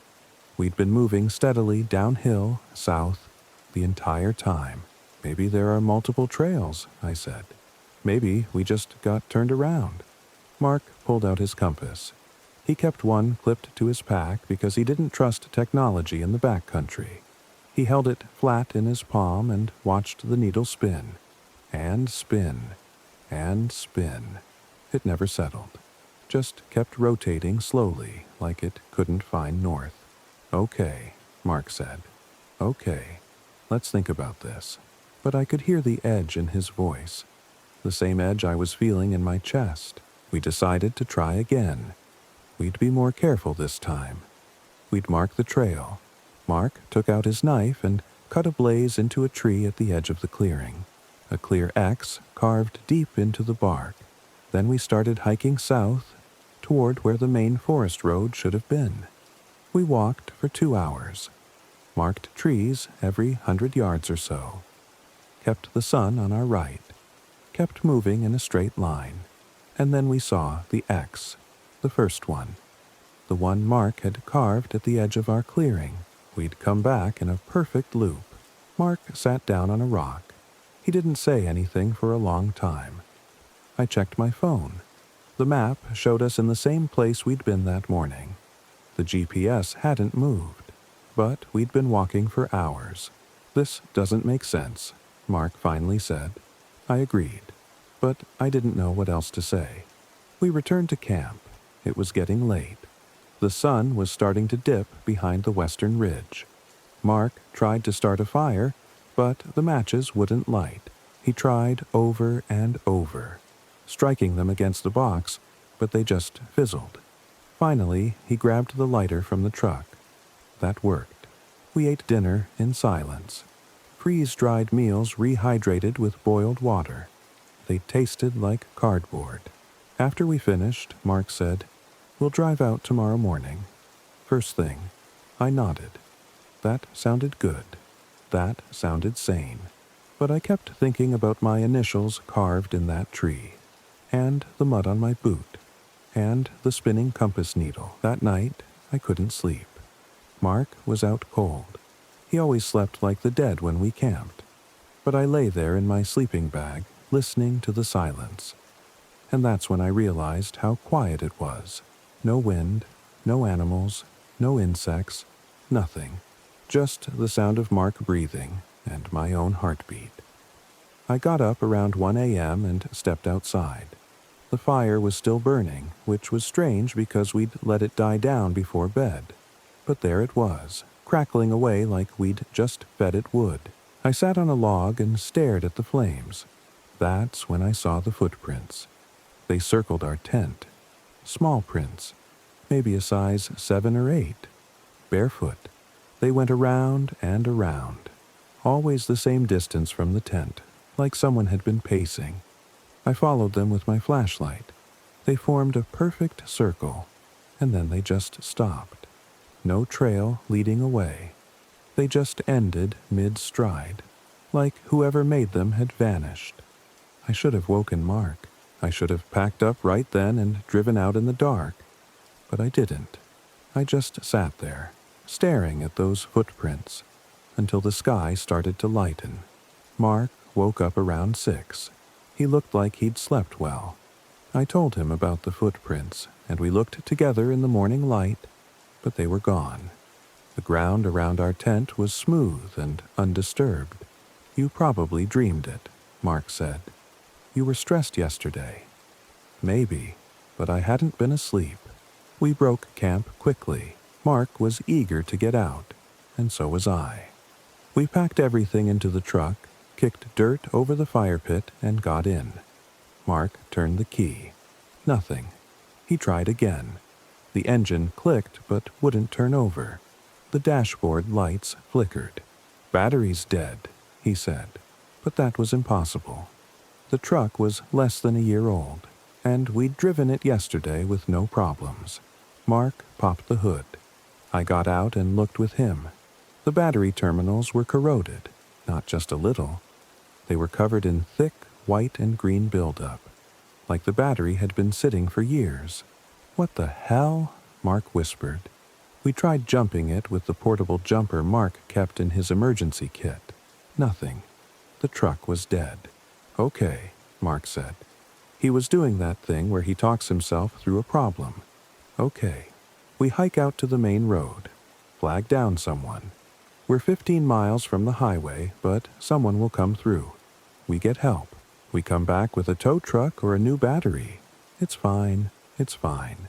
But his hands were shaking. We loaded day packs with water, food, and essentials. Left everything else in the truck.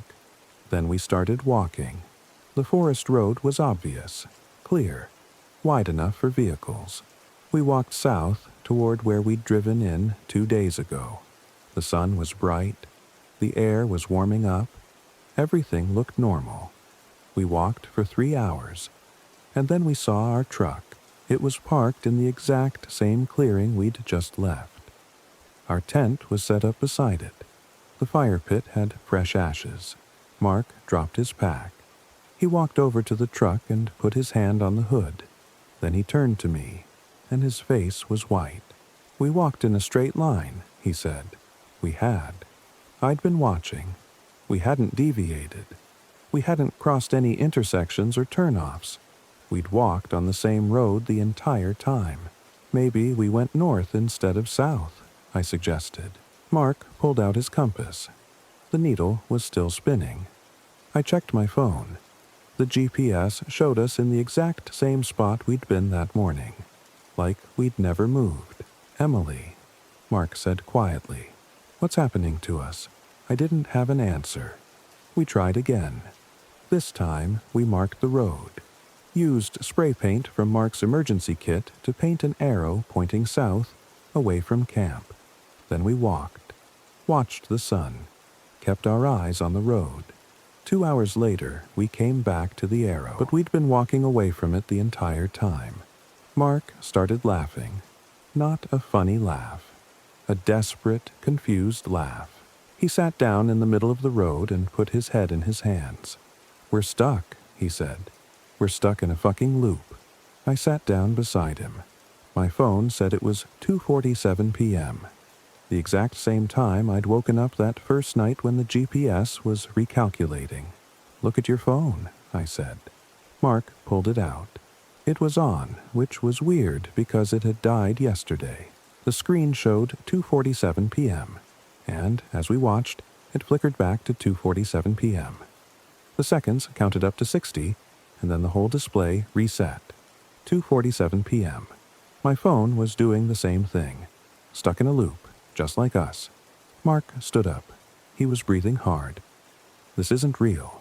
This is some kind of, I don't know, gas leak? Carbon monoxide? We're hallucinating." But we weren't in the truck. We weren't in the tent. We were outside, in open air. "We need to stay calm," I said, even though I was anything but calm. "Let's go back to camp and think this through." But going back to camp was the problem, I realized. No matter what we did, we went back to camp. We sat there in the road until the sun started setting. Then we walked back. Because where else could we go? That night, we didn't light a fire. We sat in the truck with the doors locked, even though the battery was dead and the truck was useless. Mark tried his phone again. It had signal, 3 bars, but when he called 911, it just rang. No answer. He tried his parents, my parents, his work. Every call just rang forever. I tried texting my sister. The message said delivered, but she never responded. I sent 5 more, all delivered. None answered. Around midnight, Mark fell asleep. I stayed awake, and that's when I heard it. Footsteps, circling the truck. The same barefoot steps from the night before. Around and around and around. I didn't look. I kept my eyes straight ahead. If I looked, I thought I might see something I couldn't unsee. The footsteps stopped at the driver's side window, right next to Mark's head. I didn't turn. I didn't breathe. And then something tapped on the glass. 3 times. Tap, tap, tap. I finally turned my head. There was nothing there. But on the window, in the condensation, someone had drawn a smiley face. I didn't sleep that night. In the morning, Mark was different. He didn't want to talk. He just stared at the trees. When I asked him what was wrong, he said, "I had a dream." We got out. We drove home. But when we got there, Our apartment was different. Everything was just a little bit wrong. The couch was the wrong color. You had short hair. Your sister's name was different. That's just stress, I said. Maybe, Mark said, but he didn't sound convinced. We tried hiking out again that day. This time, we didn't mark the trail. We didn't use the compass or the GPS straight. We just walked through the trees, over rocks, through bushes. We didn't stop. We walked for 6 hours, and then we came to a cliff. We were on top of a ridge. Below us was our clearing, our truck, our tent. We could see everything from above, and I could see something else. The forest road we'd been walking on didn't go anywhere. It formed a perfect circle around the clearing. A loop, like someone had designed it that way. Look, Mark said. He pointed down. There were people in our clearing, 4 of them. They were standing around our truck looking at it, but they were too far away to see clearly. "Hey!" Mark shouted. "Hey!" They didn't look up. They just kept standing there. "We need to get down there," Mark said. But I didn't want to. Something about those people felt wrong, the way they stood. Too still. Mark started climbing down the rocky slope anyway. I followed because I didn't want to be alone. It took us an hour to reach the bottom. By the time we got to the clearing, the people were gone. But they'd left something behind. On the hood of the truck, someone had written in the dust, "Help us." Mark ran his finger through it. Fresh. Recent. "Who are they?" he whispered. We searched the clearing, checked the tent, looked through our supplies. Everything was exactly as we'd left it, except for the message. That night, we heard voices. They came from the forest, just beyond the edge of the firelight. Whispering. I couldn't make out words, but I could hear the rhythm of conversation. Back and forth, back and forth. "Hello?" Mark called out. The voices stopped, then started again. Louder. Multiple conversations overlapping. Men and women, maybe children, all whispering just beyond where we could see. Mark grabbed a flashlight and walked toward the tree line. I grabbed his arm. "Don't," I said. "They might need help," he said. "Or they might be what's keeping us here." He stopped. We listened. The voices kept whispering. And then I realized they were saying the same things over and over. The same patterns. Like a recording on a loop. We stayed up all night.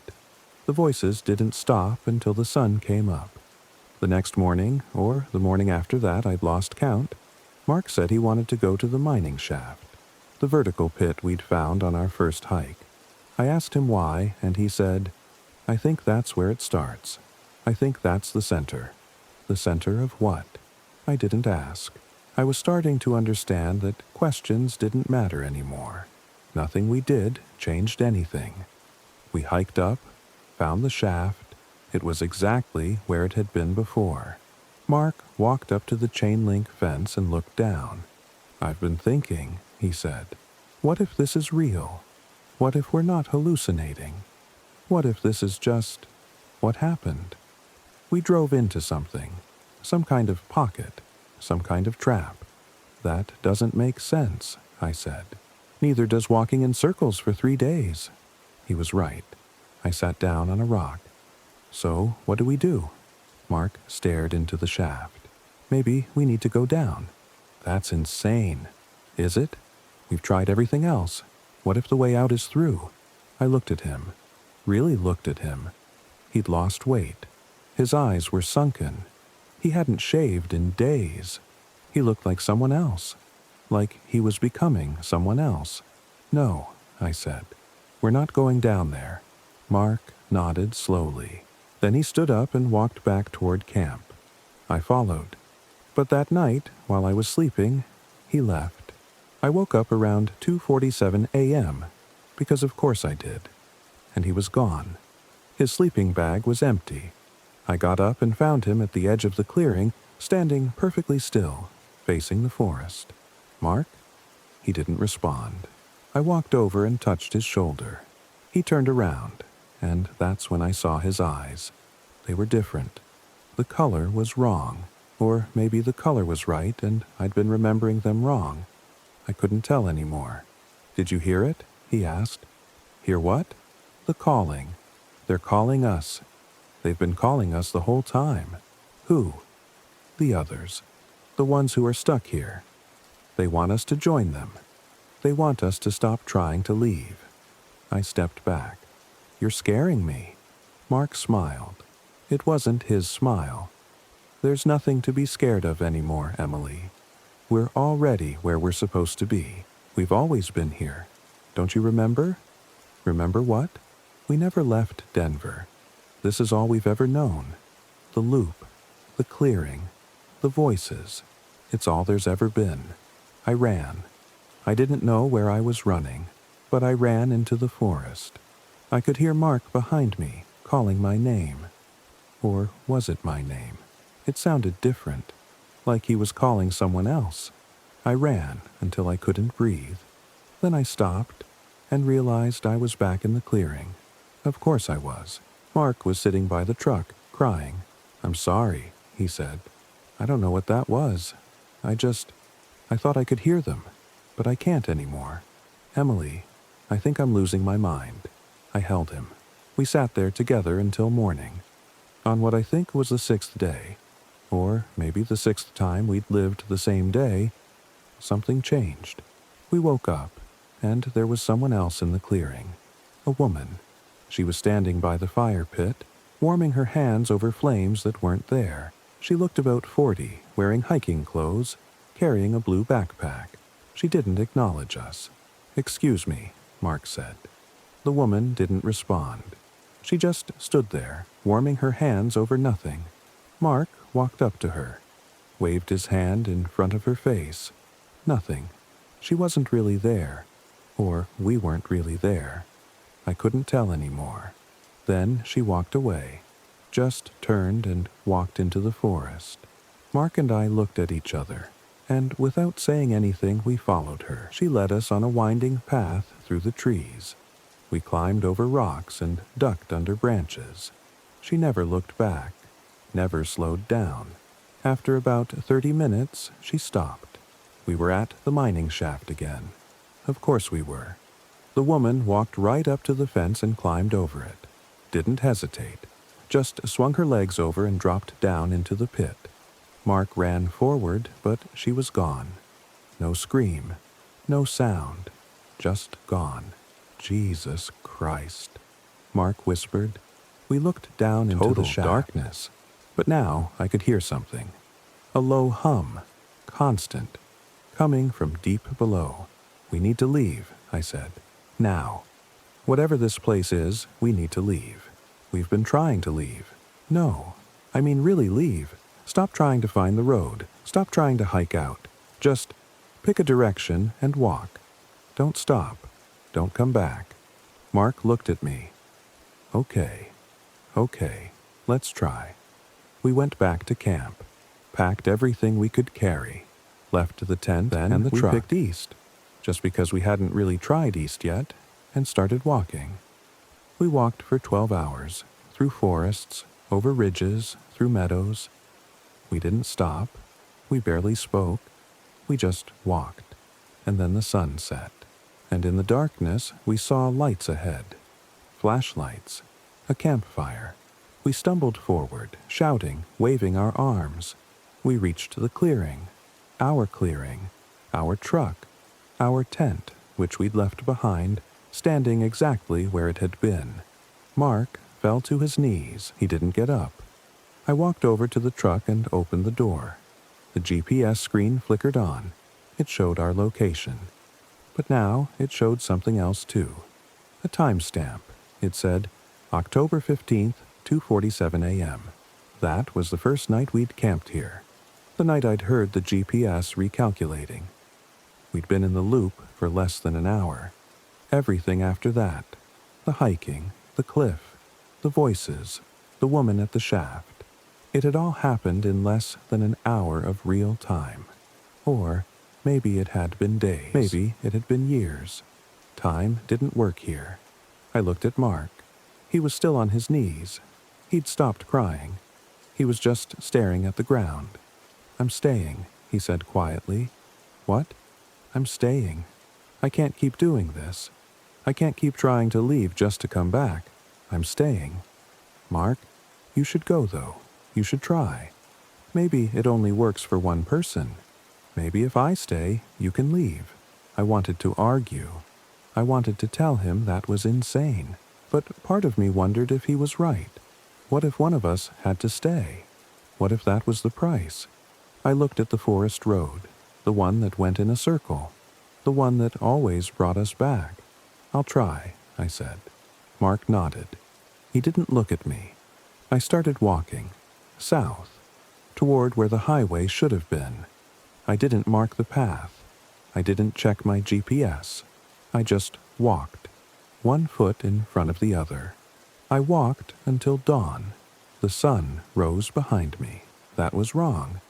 It should have risen in front of me if I was walking south, but I kept going. At some point, I realized I was humming. A song I didn't recognize. The same tune over and over. I stopped humming, but a few minutes later I was doing it again. After a while, I came to a clearing. There was a truck parked there, a tent, a cold fire pit. My truck, my tent, my fire pit. But Mark wasn't there. I walked around the clearing. His pack was gone. It was like he'd never been here at all. I checked my phone. It worked now. Full signal. The date said October 15th. The time said 6:23 a.m. I had 17 missed calls. 12 from my sister, 5 from my mom. I had texts asking where I was, why I wasn't answering, if I was okay. The most recent text was from Mark, sent 2 days ago. "Hey, something came up at work. Can't make the camping trip. Sorry. Rain check." But that was impossible. Mark had been here. We'd been stuck here together. I had memories. Days of memories, didn't I? I looked at the fire pit. There were fresh ashes, like someone had burned something recently. I poked through them with a stick and found something that didn't burn. Metal. I pulled it out. It was Mark's compass, the one that had stopped working. But now the needle was pointing steady, directly at me. I dropped it. My hands were shaking. I pulled out my phone and called Mark. It rang 3 times, and then he answered. "Hey, Em. What's up?" "Mark? Yeah? Where are you? At home? Are you okay? You sound weird." "I'm at the camping site, in the San Juans." "By yourself? I thought you canceled after I had to bail." "No. No, we came together. We've been here for days. We've been stuck. Emily, seriously, are you okay? Do you need me to come get you?" I couldn't speak. I looked around the clearing. My tire tracks in the dirt. One set. My footprints around the fire. Just mine. "I have to go," I said, and hung up. I sat down on a rock and tried to think. Tried to remember. What was real? Had Mark been here? Had any of it happened? I looked at my photos. There was one picture on my phone from this trip. The one I'd taken of the mining shaft on the first day. I opened it. In the photo, standing at the edge of the shaft, barely visible in the background, was a figure. A person. I zoomed in. It was me. But I was smiling. And I was wearing different clothes. Clothes I'd never owned. I heard footsteps behind me. I turned around. Mark was standing at the edge of the clearing. But it wasn't the Mark I knew. He was thinner, older. His hair was gray at the temples. He looked like he'd aged 20 years. "You found your way out," he said. He sounded sad. "What? You're on the other side now. You made it. But you'll come back. They always come back." "Mark, what are you talking about?" He smiled. "I'm not Mark. Not really. I'm what's left of him. What stays behind when someone escapes the loop. I've been here a long time, Emily. Longer than you can imagine. This isn't real. Neither is the world you're going back to. Not really. They're both real. Or neither is. Does it matter?" I stood up. "I'm leaving. You are. But you'll remember, and you'll wonder. And eventually you'll come back to check, to see if it was real. And when you do, the loop will be waiting. I backed away toward my truck. The keys were in my pocket. I got in and turned the ignition. The engine started immediately. Everything worked. I drove out. The forest road was clear, straight. After 15 miles, I hit the highway. I drove back to Denver without stopping. That was 3 weeks ago. I've tried to go back to normal. I went back to work. I saw my family. I called Mark, the real Mark, the one who'd never come camping with me. And he seemed fine, totally normal. He didn't remember anything about the loop because he'd never been there. But I remember. And here's the thing I can't explain. My GPS still glitches sometimes. It shows me in 2 places at once. And sometimes, late at night, I hear something outside my apartment. Footsteps, circling, around and around. And 3 days ago, I found something in my car. In the center console. It was a compass. Not Mark's. A different one. And when I opened it, the needle was spinning. I checked my photos again. That picture of the mining shaft. I've looked at it 100 times. And each time I look, there's someone different in the background. Sometimes it's me. Sometimes it's a woman I don't recognize. Sometimes it's a group of people, all standing at the edge, all smiling. Today, I looked, and they were all staring directly at the camera. I called in sick to work. I packed a bag. I'm writing this now because I need someone to know what happened, where I'm going, why I'm going. I looked up the camping area on my GPS. It's showing 2 locations now, one in the San Juan Mountains where I camped, and one in a different place entirely, somewhere I've never been. But according to my GPS, I'm there right now. My phone says it's 2:47 a.m. I'm going back. I have to. Because I need to know if it was real. I need to know if Mark is still there, waiting. I need to know what happens if you go back to a loop you've already escaped. Or maybe I never escaped at all. Maybe this is the loop, this life I'm living, this apartment, this job. Maybe the real world was the clearing, the voices, the endless walking. Maybe I'm still there, and everything since has been the dream. I'm leaving in 5 minutes. I'm going to drive back to the San Juans, back to that clearing. And if you're reading this, and you ever decide to go camping in those mountains near Silverton, off a dirt road about 15 miles from the highway, don't. And if you do, and you find yourself walking in circles, and you see a woman in the forest who looks like me, smiling, standing too still, don't follow her. She's not trying to help you find the way out. She's trying to show you the way deeper in, because I finally understand. There is no out. There's only the loop. Different versions, different clearings, different forests, but it's all the same loop. And once you're in it, you're always in it. You just switch which side you're on. The voices are calling again. I can hear them through my apartment walls. They're whispering the same things they whispered in the forest. And this time, I think I understand what they're saying. They're saying my name, over and over. They're calling me home. Story 5. My name is Sarah Miller. This happened in the summer of 2012, when my brother went missing in the Fish Lake National Forest for a week. When he came back, he wouldn't stop smiling. I need to write this down while I still remember it clearly, while I can still trust my own memory of what happened. Every day that passes, I find myself second-guessing things, wondering if I saw what I think I saw, if things really happened the way I remember them. But I was there. I know what I saw. I know what my brother became. We'd driven out to Utah from Phoenix in early June. Just the 2 of us, me and David. Our parents had divorced 3 years earlier. Mom got remarried to some finance guy in Seattle, and Dad was somewhere in Florida with his girlfriend. David was 24, I was 27. We'd both been working dead-end jobs, living paycheck to paycheck, and we needed to get away. Needed to remember what it felt like to just exist without clocking in somewhere. David found the RV on Craigslist. Some old couple was selling it cheap because they were upgrading. It was a 1998 Winnebago, white with brown stripes, smelled like cigarettes and mildew, but it ran okay. We pooled our money, bought it for $3,000, and headed north. Fish Lake seemed like a good choice. Neither of us had been there before.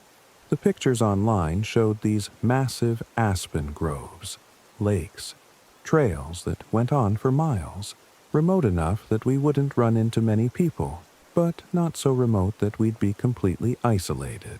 Or so we thought. We arrived at the campground on a Tuesday afternoon.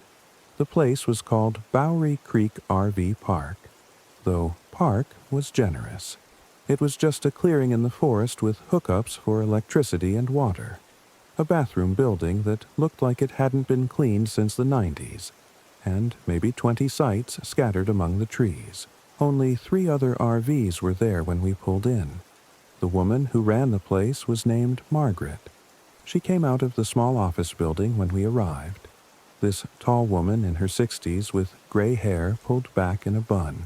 She moved slowly, like her joints hurt, and she had this way of looking at you without really making eye contact, like she was looking at something just over your shoulder. "How long?" she asked. 2 weeks, David said. He was always better at talking to people than I was. He had this easy charm, this way of making people like him without really trying. He was shorter than me, with sandy brown hair that was always a little too long, and he had this habit of running his hand through it when he was thinking. He did it then, standing there in the dust while Margaret filled out our paperwork. "You the only ones here?" I asked. Margaret nodded toward the other RVs. "Couple from Oregon in that one. Been here 3 weeks. Man by himself in that one, says he's writing a book. And 2 guys in the one by the trees, friends from college or something." She handed David a key. "Site 12. That one's good. Gets sun in the morning, shade in the afternoon. Bathrooms open all night, but the showers only work between 6 a.m. and 10 p.m. We thanked her and drove to Site 12. It was exactly as she'd described. A level pad of dirt and gravel. A picnic table that was more splinters than wood, and a fire ring made of stacked rocks. The aspens crowded in on 3 sides, their white bark almost glowing in the late afternoon light. The first few days were exactly what we'd needed. We hiked during the day, cooked over the fire at night, played cards inside the RV when it got cold. We saw the other campers occasionally. The couple from Oregon seemed friendly enough, gave us a wave when they walked by. The writer guy kept to himself. The 2 friends spent most of their time fishing at the lake. David seemed happy. Happier than I'd seen him in years. He'd been struggling before the trip. Lost his job at the warehouse in April, couldn't find anything else, was living on my couch and getting more withdrawn every day. But out here, in the forest, he seemed like himself again. He'd wake up early, make coffee on the little stove, sit outside and just watch the light change through the trees. On the 4th day, he decided to hike the lakeshore trail alone. It was about 12 miles, looped around one of the bigger lakes. I'd twisted my ankle the day before. Nothing serious, just needed a day to rest. So I stayed at the RV while he went. "I'll be back by dinner," he said, shouldering his backpack. He'd packed water, some granola bars, his phone, even though there was no service out here. 6 hours, max. "Be careful," I said. He grinned. "Always am." That was the last time I saw my brother. The real David, I mean. When he wasn't back by 7, I started to worry. By 8, I walked over to Margaret's office. She was sitting inside, reading a paperback Western, and she barely looked up when I knocked. My brother went hiking this morning, I said. Lakeshore Trail. He should have been back by now. Margaret set down her book. Cell phones don't work out here. I know, He said 6 hours. It's been 9. Trails clearly marked. Hard to get lost. I know, but give it till morning. If he's not back by then, we'll call the rangers. I didn't sleep that night. I sat outside the RV, kept the fire going, kept checking my watch every 10 minutes. The forest was incredibly dark. Not just dark, black. The kind of darkness where you can't see your hand in front of your face. And it was so quiet. I'd never heard quiet like that before. No cars, no planes, no distant voices. Just the occasional crack of branches, the wind moving through the aspens. Around 3 in the morning, I thought I heard something. Footsteps, maybe, crunching on gravel. I grabbed the flashlight and swept it across the campsite, but there was nothing there. Just trees and shadows. By the time the sun came up, I was already at Margaret's office.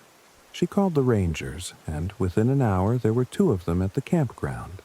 A man named Rick, who looked like he was in his 50s, and a younger woman named Jennifer. They took a description of David, asked about his hiking experience, took a photo from my phone. We'll organize a search, Rick said. Get a team out there this afternoon. In the meantime, you stay here. If he comes back, you call us immediately. They left. I stayed. The couple from Oregon came by around noon. The wife brought me a sandwich, which I didn't eat. She was kind about it, didn't ask too many questions, just said they'd keep an eye out. The writer didn't come by, but I saw him standing outside his RV, watching. The 2 friends came by that evening.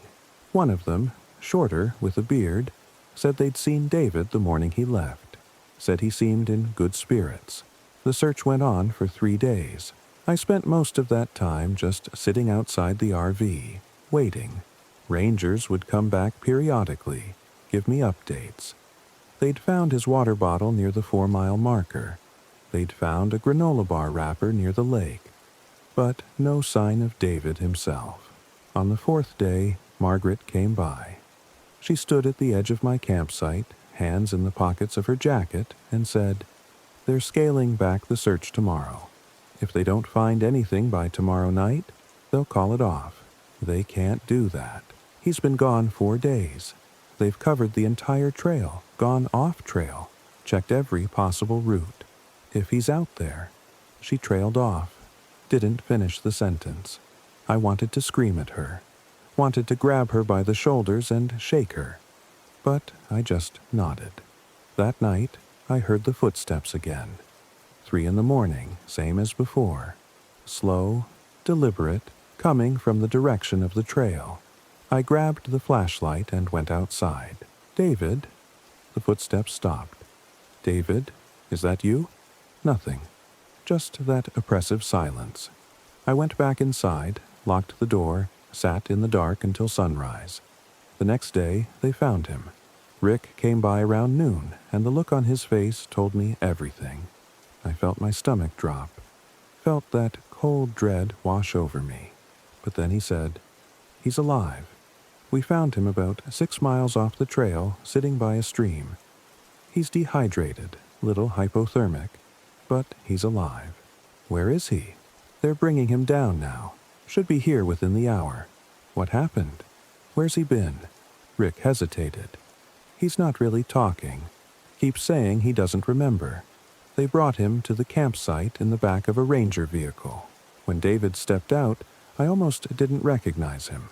He'd lost weight. He looked gaunt, hollow. His clothes were filthy, torn in places, and his hands were covered in scratches. But it was his face that made me pause. His expression. He was smiling. Not a big smile, not a grin. Just this small, constant upturn of his lips. Like he'd heard a joke and was still quietly amused by it.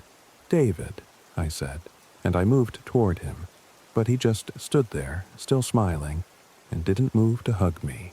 "Hey, Sarah," he said. "Are you okay? What happened?" I don't know. I don't really remember.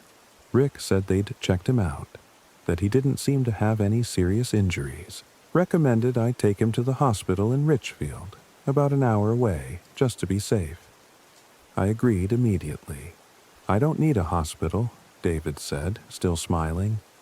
I'm fine. You were missing for 5 days. Was I? Something about the way he said it made my skin crawl, like he genuinely didn't know, or didn't care. We drove to the hospital. David sat in the passenger seat, staring out the window, smiling that small smile.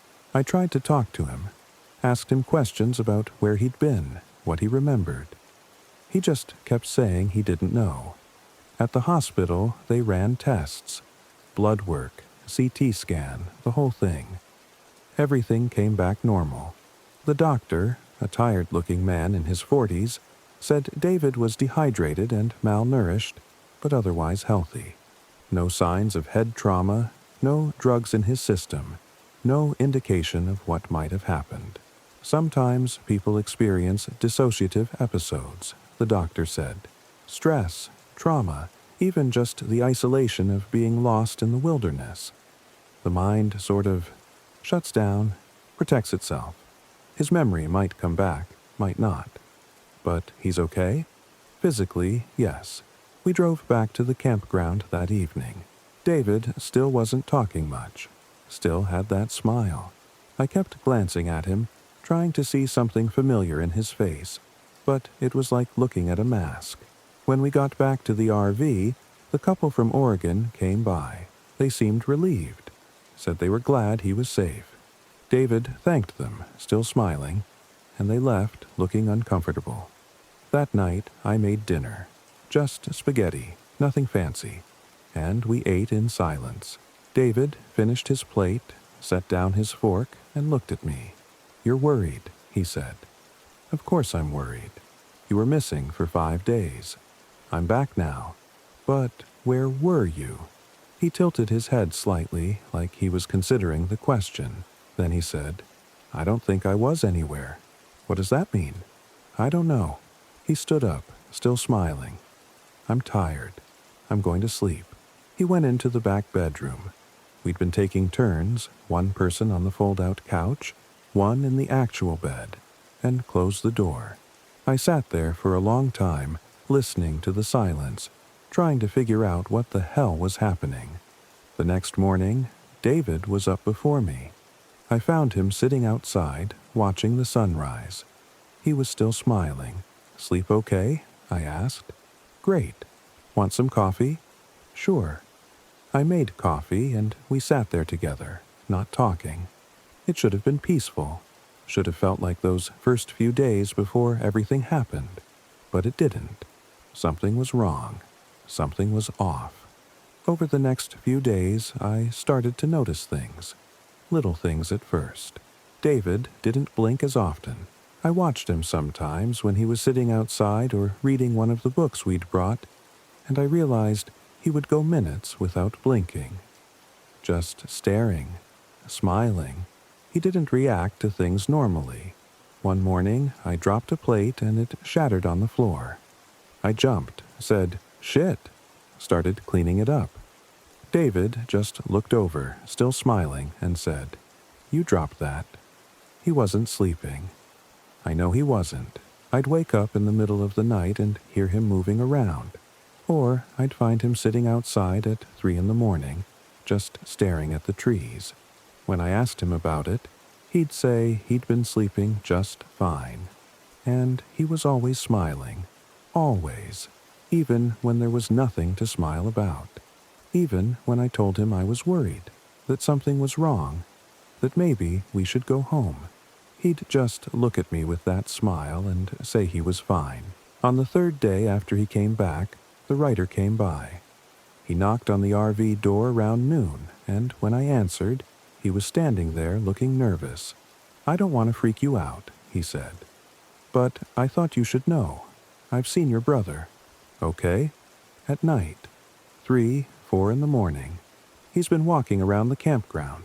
Just walking. In circles." My mouth went dry. Are you sure it's him? I'm sure. I've been watching. He walks the same path every night. Starts at your RV, walks down to the bathroom, then to the tree line, then back. Over and over. For hours. Why didn't you say anything? I'm saying something. Now. He glanced over his shoulder, back toward his RV. Look, I'm leaving tomorrow. I was going to stay another week, but I'm leaving tomorrow. And I think you should too. What? Why? He didn't answer, just looked at me for a long moment, then walked away.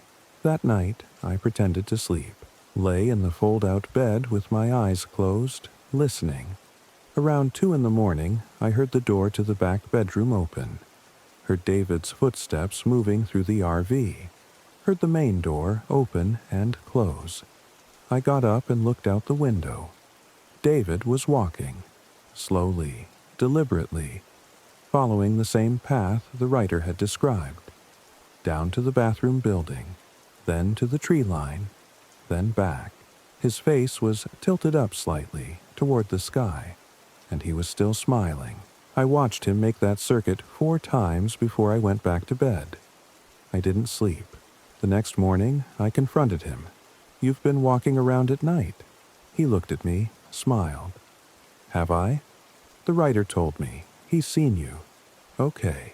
David, what the hell is going on? Nothing's going on. You were missing for 5 days, and now you're acting like a completely different person.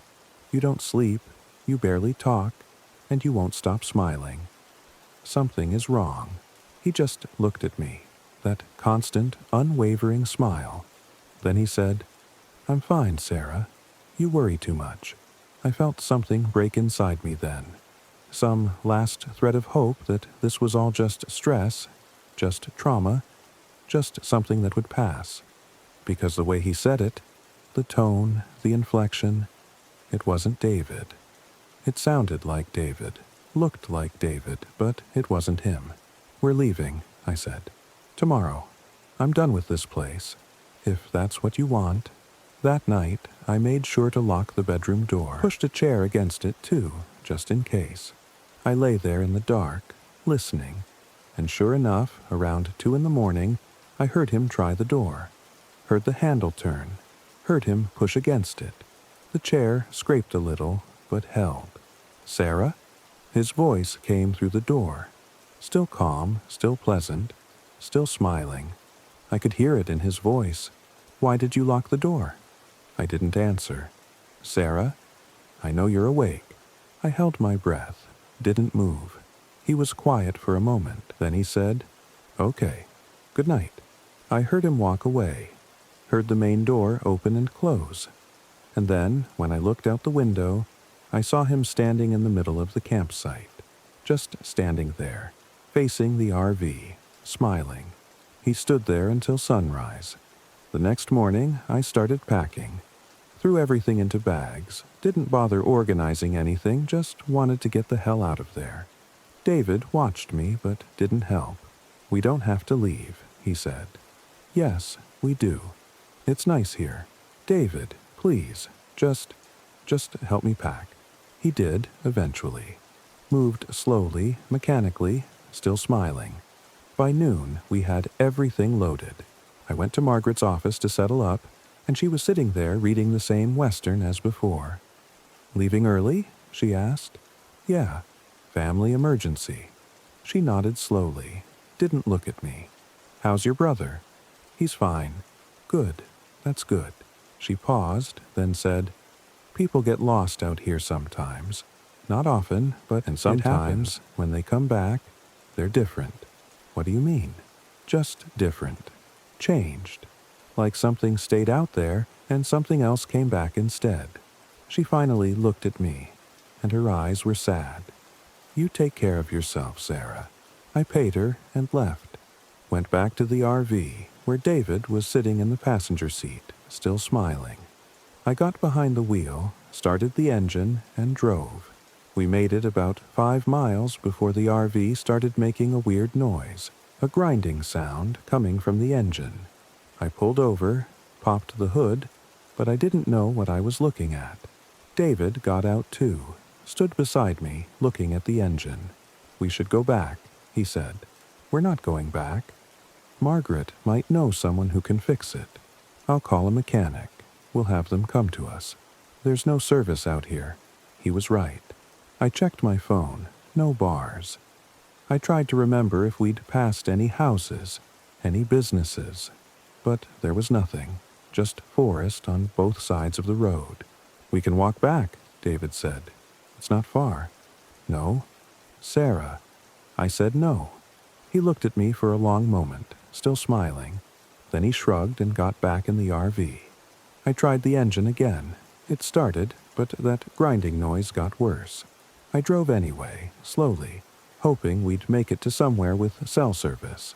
After about a mile, the engine died completely. We sat there in silence for a few minutes. Then David said, "I'll walk back to the campground. Get help. I'll come with you. You should stay with the RV in case someone drives by." "David, I'll be back soon." He got out before I could stop him and started walking. I watched him in the side mirror, watched him get smaller and smaller until he disappeared around a curve in the road. I waited for 3 hours. No one drove by. No one came. Eventually, I got out and started walking in the direction David had gone. It was late afternoon. The sun filtering through the trees at that golden angle that should have been beautiful, but just felt oppressive. The forest pressed in on both sides of the road, and that silence was back. That heavy, suffocating silence. I walked for what felt like miles but was probably only 1 or 2. And then I saw him. David was standing in the middle of the road, about 50 yards ahead. Just standing there, facing away from me. Not moving. "David," I called out. He didn't respond. I walked closer, my heart starting to pound. "David, what are you doing?" When I got within about 20 feet, he turned around, and he was still smiling. But something was wrong with his face. The proportions were off, like someone had tried to copy David's features but didn't quite get them right. His eyes were too far apart, his mouth was too wide, and his smile, that smile that had been constant for days, was stretched even wider now, pulling at the corners in a way that didn't look human. "I've been waiting for you," he said, and his voice was wrong too. Deeper, echoing, like it was coming from somewhere inside a cave. I took a step back. "What are you?" "I'm David." He took a step toward me. "I'm your brother." No, you're not." "I came back, Sarah, just like you wanted." I turned and ran. Didn't think, didn't plan. I heard him behind me. Just ran. Footsteps that were too fast, too heavy. I veered off the road and into the trees, branches whipping at my face, roots trying to trip me. I don't know how long I ran. Minutes, hours. The forest all looked the same. Eventually, I couldn't hear him anymore. Couldn't hear anything except my own breathing. I stopped, leaning against a tree, trying to figure out where I was. That's when I heard it. David's voice, calling from somewhere behind me. "Sarah, where are you?" I didn't answer. Held my breath. "Sarah, I'm sorry. I didn't mean to scare you." The voice was moving, circling around me. I pressed myself against the tree, trying to stay quiet. "I know you're there. I can hear you." Then, from directly behind me, "I can smell you." I bolted, ran deeper into the forest. No idea which direction I was going. The light was failing, the shadows getting longer. I could hear him keeping pace, moving through the trees like he knew exactly where I was. I don't remember finding the road. One moment I was in the trees, the next I was stumbling onto asphalt. I looked both ways. Nothing. No RV, no cars, no signs of civilization. Just road stretching in both directions. I picked a direction and started running. I must have run for another hour before I saw headlights. A truck coming from behind me. I stepped into the road, waving my arms, and it slowed to a stop. An older man rolled down the window, looking concerned. "You okay?" he asked. "I need help. Please. My brother. Something's wrong with my brother." He let me get in. I looked back at the road behind us, at the tree line, but I didn't see David. The man drove me to the nearest town, a tiny place called Kusharem, and we found a gas station with a payphone. I called the police. They searched for David. Searched for days. They found the RV where I'd left it, found our things, found my phone. But they never found David. Never found any trace of him. The police asked me questions. Lots of questions. About what happened. About David's behavior. About what I saw. I told them everything, and I could see in their eyes that they didn't believe me. They thought it was stress, trauma, that I'd imagined the things I'd seen. Maybe I did. Maybe I imagined all of it. That's what I tell myself sometimes, when I'm trying to sleep, when I'm trying to convince myself that my brother just had a psychotic break or got lost again or found some way to disappear. But I know what I saw. I know what was wearing his face in those last days. And I know it's still out there, somewhere in the Fish Lake National Forest. I think about that sometimes. About what Margaret said. About people getting lost. And something else coming back. I think about whatever came out of those woods wearing David's face, still smiling, still walking in circles through the night. I think about the fact that I never actually saw David's body, that he's officially listed as missing, not dead, that somewhere out there, something is walking around with his face. And I think about the fact that 3 weeks after I got home to Phoenix, I got a text from David's phone. Just 3 words. "I'm still here." I never responded. I changed my number, moved to a different apartment, tried to start over. But sometimes, late at night, I'll be walking to my car or taking out the trash, and I'll see someone in the distance who looks like David. Same height, same build, same way of moving. And they're always smiling. I tell myself it's not him, that it can't be him, that what I saw in the forest was impossible, that there has to be a rational explanation. But I know the truth. I know that whatever I found in those woods isn't human. And I know that it's still out there, still smiling, still waiting, still pretending to be my brother.